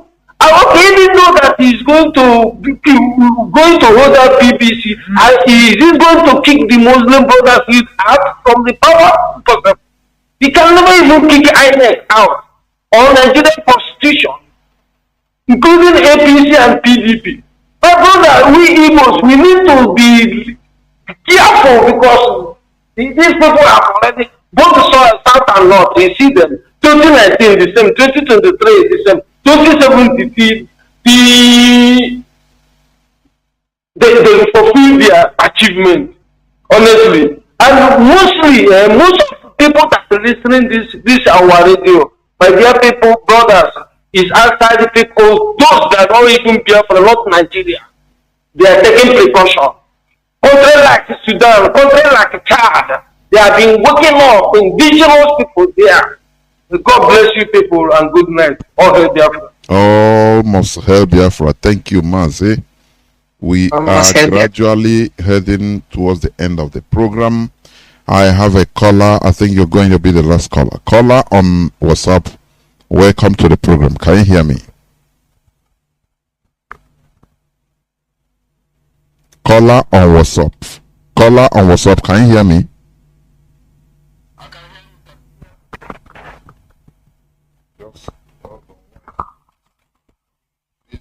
Just hold on. Yeah, go on, please. Go on. Now it's okay. Go on, please. Okay. I greet you, Mazi Johnathan Nwa, my mentor. I tell you, my mentor, the secretary of our own time. I greet you so much. And I also greet our rabbi, you people, marvelous well. First of all, let me introduce myself. I remain Mazi from United Arab Emirates. I think you people don't what you people are doing in your life. Putting our eyes, the coming of our leader Mazi Nnamdi Kanu and the coming of great Ipob have done a lot of things in our land. But the problem is that our people too morons. Our people our people. You know, this lesson people are lecturing us. Make sure that people reset them back to know the reality. Some people are not listening to read after to learn many things. All these things that you people are teaching us now. If it is university, you spend a lot of money to have this lecture. Spend a lot of money to have this lecture, but you people are giving it free of charge. Free of charge, but people will not, black people will not listen to this wonderful lesson to know the reality of life. But then we go to looking for Premier League, where Chelsea and the Man you play today, and the best comedy, and then where they do crusade, and then where they do this one, something that will not benefit them. Watching BP Niger, watching Nollywood movie that will never benefit them anything. But this lecture now, we reset our brain since I started to listen to radio. I'm a football lover, but since I started to listen to Radio Biafra, I have nothing to do again. I don't have time for football again because I have learned many things from Radio Biafra. So I'm thanking you people to keep it up, and I'm saying that the what white man people do to us by this their religion, I don't know how to say it, but will deliver us from this abhorrent religion that bring the brain of our people, and our people is not into normal. Thank you, Mazi Johnathan Nwa. Thank you all friends all over the world. No, thank you, and remain blessed. The caller on signal, please. I just pick you, but caller on signal, please. I'll give you 3 minutes maximum, please, because I am closing before you call. I just want to give you 3 minutes. Can you hear me? Call on signal. Go on, please. Caller on signal. Can you hear me?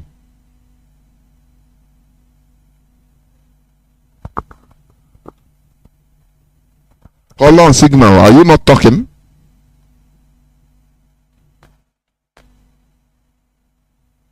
Caller on signal. I'm giving for the last time. Are you there? No. No. I think this is where I'm going to switch off the phones so that we make our closing remarks. Over to you, please. Your pattern shot. Okay, Mazi. Quickly, another good. I will look at it as another good day. Conversation with our people.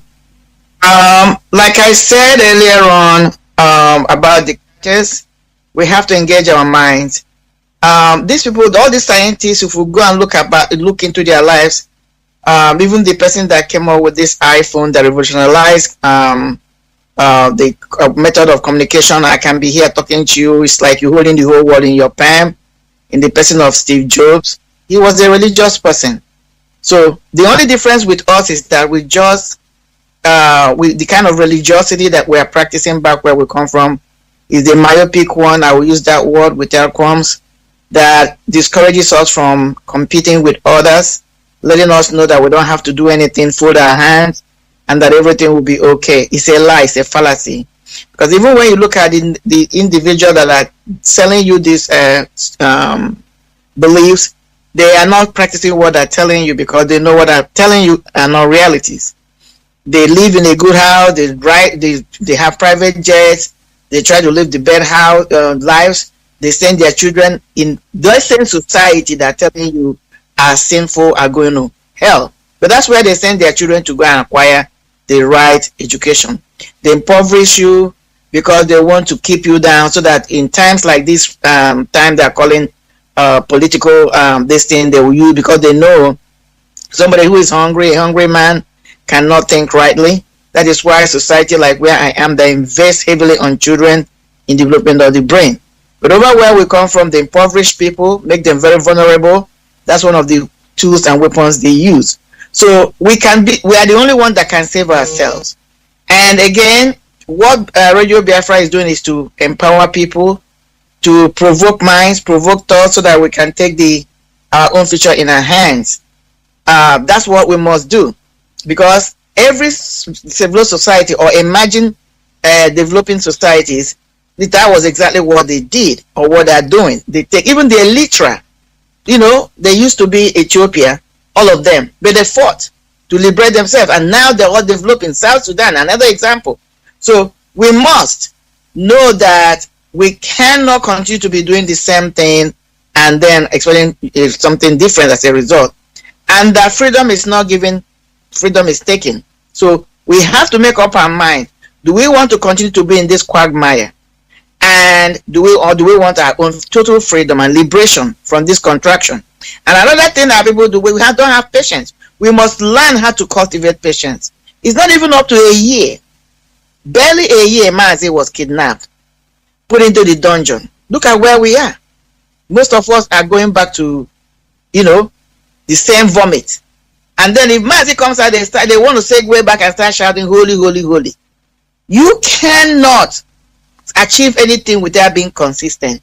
And nothing good comes easy. So we must learn how to be resolute. We must know how to be consistent. We must know how to strongly fight for what we believe in. That's the only way we can achieve this project. I know it's achievable.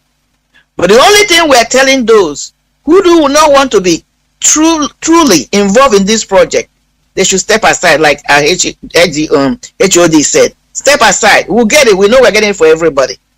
That's what we're going to do. Because even the God you are invoking, some of them are hiding under the influence of religiosity. Look at what is happening between Mbaka and the Catholic thing. Are they supposed to be involved in politics? They're not supposed to be involved in politics. But ask yourself, each time there's political time, they will all come out and begin to give predictions. And none of their predictions come true. Because they're using their position as men of God, claiming to be hearing directly from Ancient of Days, to be making money and swerving the mind of people, you know. So because God cannot speak lies, true God cannot lie. He cannot speak from two sides of his mouth. God is telling this, is God that asked this one. God asked Kwankwaso. God asked Atiku. God asked Obi. The same God we are talking about. By the way, look at the caliber of people that have come out. All of them have criminal, this is, if you look at them, they have criminal records. Atiku ran down. Atiku cannot come to America today. They banned him because of money laundering. That the person has come back to, people are hailing that we have forgotten so soon. That was a couple of years back. Jagaban, the same thing. Lekki Toll Gate. Let me talk about that one. So the people that have killed at Lekki Toll Gate have already been forgotten. Their lives do not mean anything. Is Obi? Let's go back to where Obi ruled. All this is so-called record. Can we go and see his record? Because I have not had anywhere in Biafra land where what we're advocating for, where they have 24 hours electricity, they have good running water, they have good roads. And Obi is one of the governors that ruled one of our cities, states. So what record is he showcasing? I don't know. So our people must get this. They are playing the same game, and because of that, they're going to get the same result. But we IPOB have made up our mind firmly, saying that no, we want to dance a different tune because the music has changed its beat. That's what we must do. Thank you all for listening again, and may God continue to guide us, provoke us, give us the mind to understand what is going on and make that change so that we can achieve our aims. It's for everybody to enjoy. God bless you.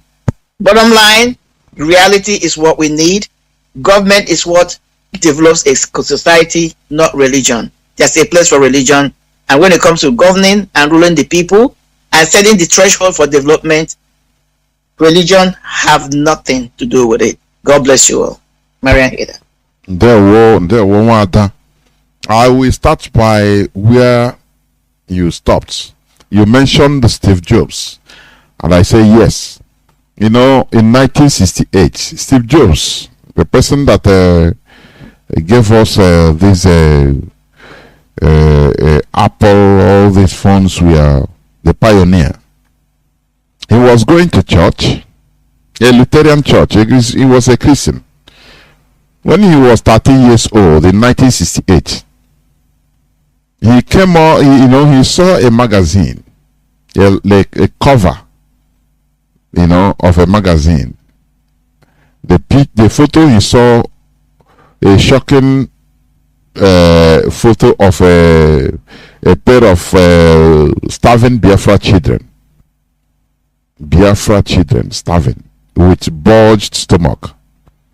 He immediately took that magazine, the cover, that picture. He went to Sunday school and he asked his Sunday school teacher a question. He said, I hope this God we are serving, we say we are worshiping. If I raise my finger, will God know, a child, will God know which one I'm going to raise even before I do it? And the pastor answered yes. Say yes, God knows everything. Then Steve Jobs, he pulled out the cover, the picture, the magazine photo of Biafran, far away Biafra, and he said, does God know about this and what's going to happen to these children, those children? The teacher didn't know what to answer. He said, yes, God knows about that, everything. Now, immediately from there, Steve Jobs denounced Christianity. He said he don't want to serve that God, worship that God that knows that these children is suffering like this and he's doing nothing about it. He stopped going to church. He died a Buddhist. This Biafra we are restoring is something. Do you know that Biafra started? It is in Biafra that this Medicine Sans Frontières started. Medicine Sans Frontières of France. Today, it started in Biafra. Biafra is the rising sun. When we say it, people don't understand. The coming of Biafra, the restoration of Biafra, is the genuine independence of black race. It will start from there, because you have to start from somewhere. You know, the impostor, we describe us as a dot. And I have analyzed what that dot means in one of my programs. The nucleus, the mitochondria, where life started, or where life starts. The nucleus. That's it. So, what we do here is historic. Bringing enlightenment is not something you can easily make somebody rich by giving him money and he invests or buy share or this and that and they become rich. But to change somebody's ideology is the hardest thing. That is the hardest thing. To make people see reason and abide by that reason, it's not easy. Some people can see that what you are saying is true, but now how can we change? Before we start changing this, I will die. And that will be his reason of not. You know that what we are doing, what we are saying is the right thing. But how can I continue now? Hunger will kill us, or they will kill us, they will shoot us. He will check, when can we achieve what we are doing? I beg. Am I going to enjoy it? It is going to be people in the future. So that selfishness remains there. And he will jettison that ideology, that enlightenment for his stomach. Is the same thing we are complaining. So, as Wada said, we are in a world of reality. The world is organized. If you want, call it world order. That is a reality. There must be world order right from time. Because if you leave human being to start doing anyhow without organization, it is the worst. At any point in time, the world must have order. Do you understand me? So that, when you are saying it or you are interpreting it in another way around, it is not, you are seeing things in another way. During the Roman Empire, the Romans organized the world. They imposed on the world the known world to them that time. They were ruling. They imposed their order. The Ottoman also, they did their own. At every time there must be order. The world must be in order. Otherwise, it will be uninhabitable. Do you understand me? That is the reality. So, we are in a world of reality. Religion is just, about belief and rituals in order to attain spirituality. That one, let us do well. Let us arrange where we live. Be loyal to our system, which is what we are training ourselves now. Loyalty to Biafra first. So that, I have seen people that why they don't actively join what we are doing is because of their church denomination doesn't allow them in order to strive for world government. That is their reason.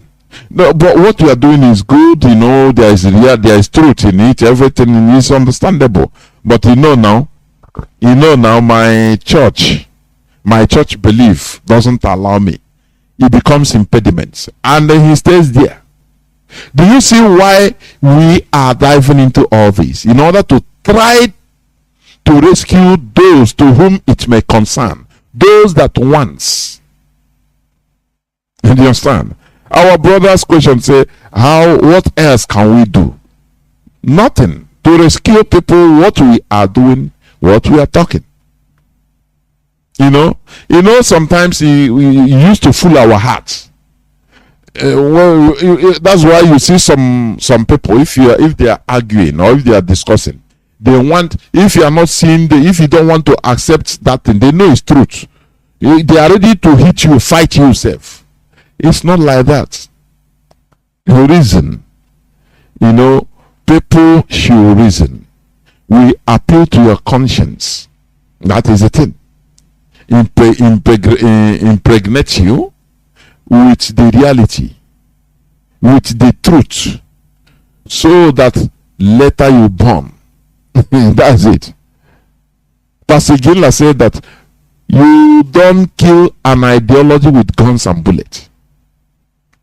You understand? That is one thing the caliphate has failed.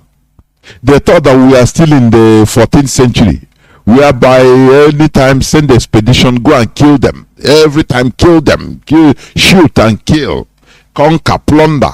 No, we are no more in that type of the world.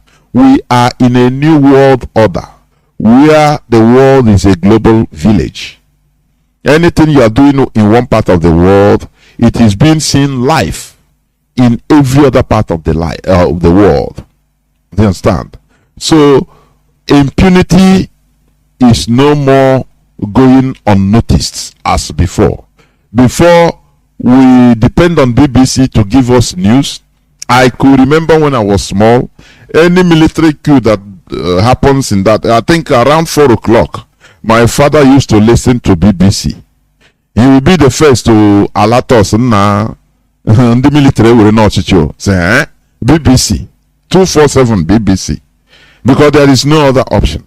BBC will first of all announce military coup in Nigeria before other radio stations will be quoting BBC. The same way Channels Television, AIT, we are quoting CNN for what happened in Lekki Beach, at their backyard, at Lekki Bridge. They were quoting CNN. According to CNN, they say, and you are watching, you are looking, say, what type of people are, what type of human being are this? What type? All these things we are preaching is the reason why countries are developed. Developed countries are there, and you want to go there by all means. People that we are able to pass all obstacles, all odds, remove religiosity, remove foolish beliefs. You understand? And now grow above religion. Enlightenment makes you grow above religion, because that time you start reasoning. You maybe enlightenment maybe means eating the fruit of good and evil. Maybe you become enlightened. You now grow above religion. You no more fear that touch not my anointed. If he commit a crime, you start supporting him. No. You no more fear that the Holy Ghost earthquake will hit you if you talk against man of God that committed crime. That is what enlightenment will causes. It brings it. It brings illumination in your brain, and you become a near perfect human being that God wants you to be. You become honest. You become a disciplined, a person of integrity. You become unbribable. You become unbuyable. It doesn't matter whatever. That thing you believe in, you say, no. As far as you know that you are doing the right thing, you cannot buy me. To hell with your money. Even if I'm hungry, I don't need your money. That is a person of integrity. Do you understand? So, loyalty to our nation is number one. That is the priority. It's not about your religion. You can believe anything you want to, but it is private. Just like that French legislator or senator said at the 19th century, that they can give everything to the Jew as an individual, but they give nothing to a Jew as a nation. Do you understand? They will refuse everything to the Jew as a nation and accord everything to the Jew as an individual. Jews in France, because of loyalty. Nation, it requires absolute loyalty. Trust the nation and help the nation work, because everybody is a unit of a nation. Do you understand? Your movement. Do you know one day strike or one day holiday, do you know how much a country loses? Because there is no circulation, because there is no working. nations lose money. Because what oppresses nation is we individuals. Everybody is contributing one way or the other. As long as you move away from your house, you are helping. As you are speaking, as you are using your electricity, you pay bill. Imagine you shut your meter, for example. You shut your meter. You are not using electricity for 1 month. The same thing another person do. The same thing millions of people in the street. They shut their this thing and move. They are not using it. Do you know how much loss it is? We are units of a nation. Do you understand? What we are doing is historic, and history will remind us or remember us in the good book that we did the right thing. That has been my joy. Therefore, stop allowing yourself to be deceived by thinking or making you to believe that religion, once you believe in this and that, that is the it will give you everything. That is not truth. That is not the reality. In this world we need to make it a better place, and the only way to make it to a better place is living together, people with the same opinion, with the same focus, the same ideology. Unlike in Nigeria, where some religious Sharia with their Hizbah going around destroying people's means of livelihoods in the name of religion. Whereas in the South, it's another thing, a secular. How do such country function? How do you think it can progress? How? It is better we are divided and become good neighbors. If I want to go to the Sharia North as a different country, if they want, they continue answering Nigeria. If they impose visa, I will go and obtain visa in their embassy. If I go, they refuse visa, I say I go back home. After all, is it the whole people applying for different visas that are being given? Is it the end of life? The answer is no, because you have a country. Had it been Israelis, Jews continue living in Europe and being good boys and good people, anytime they can stay 10 years, after 10 years they target them and slaughter them. After they give them chance, okay, continue, we are one, just give them pep talk like children. After one rumor will come out and they will slaughter all of them again, destroy their properties.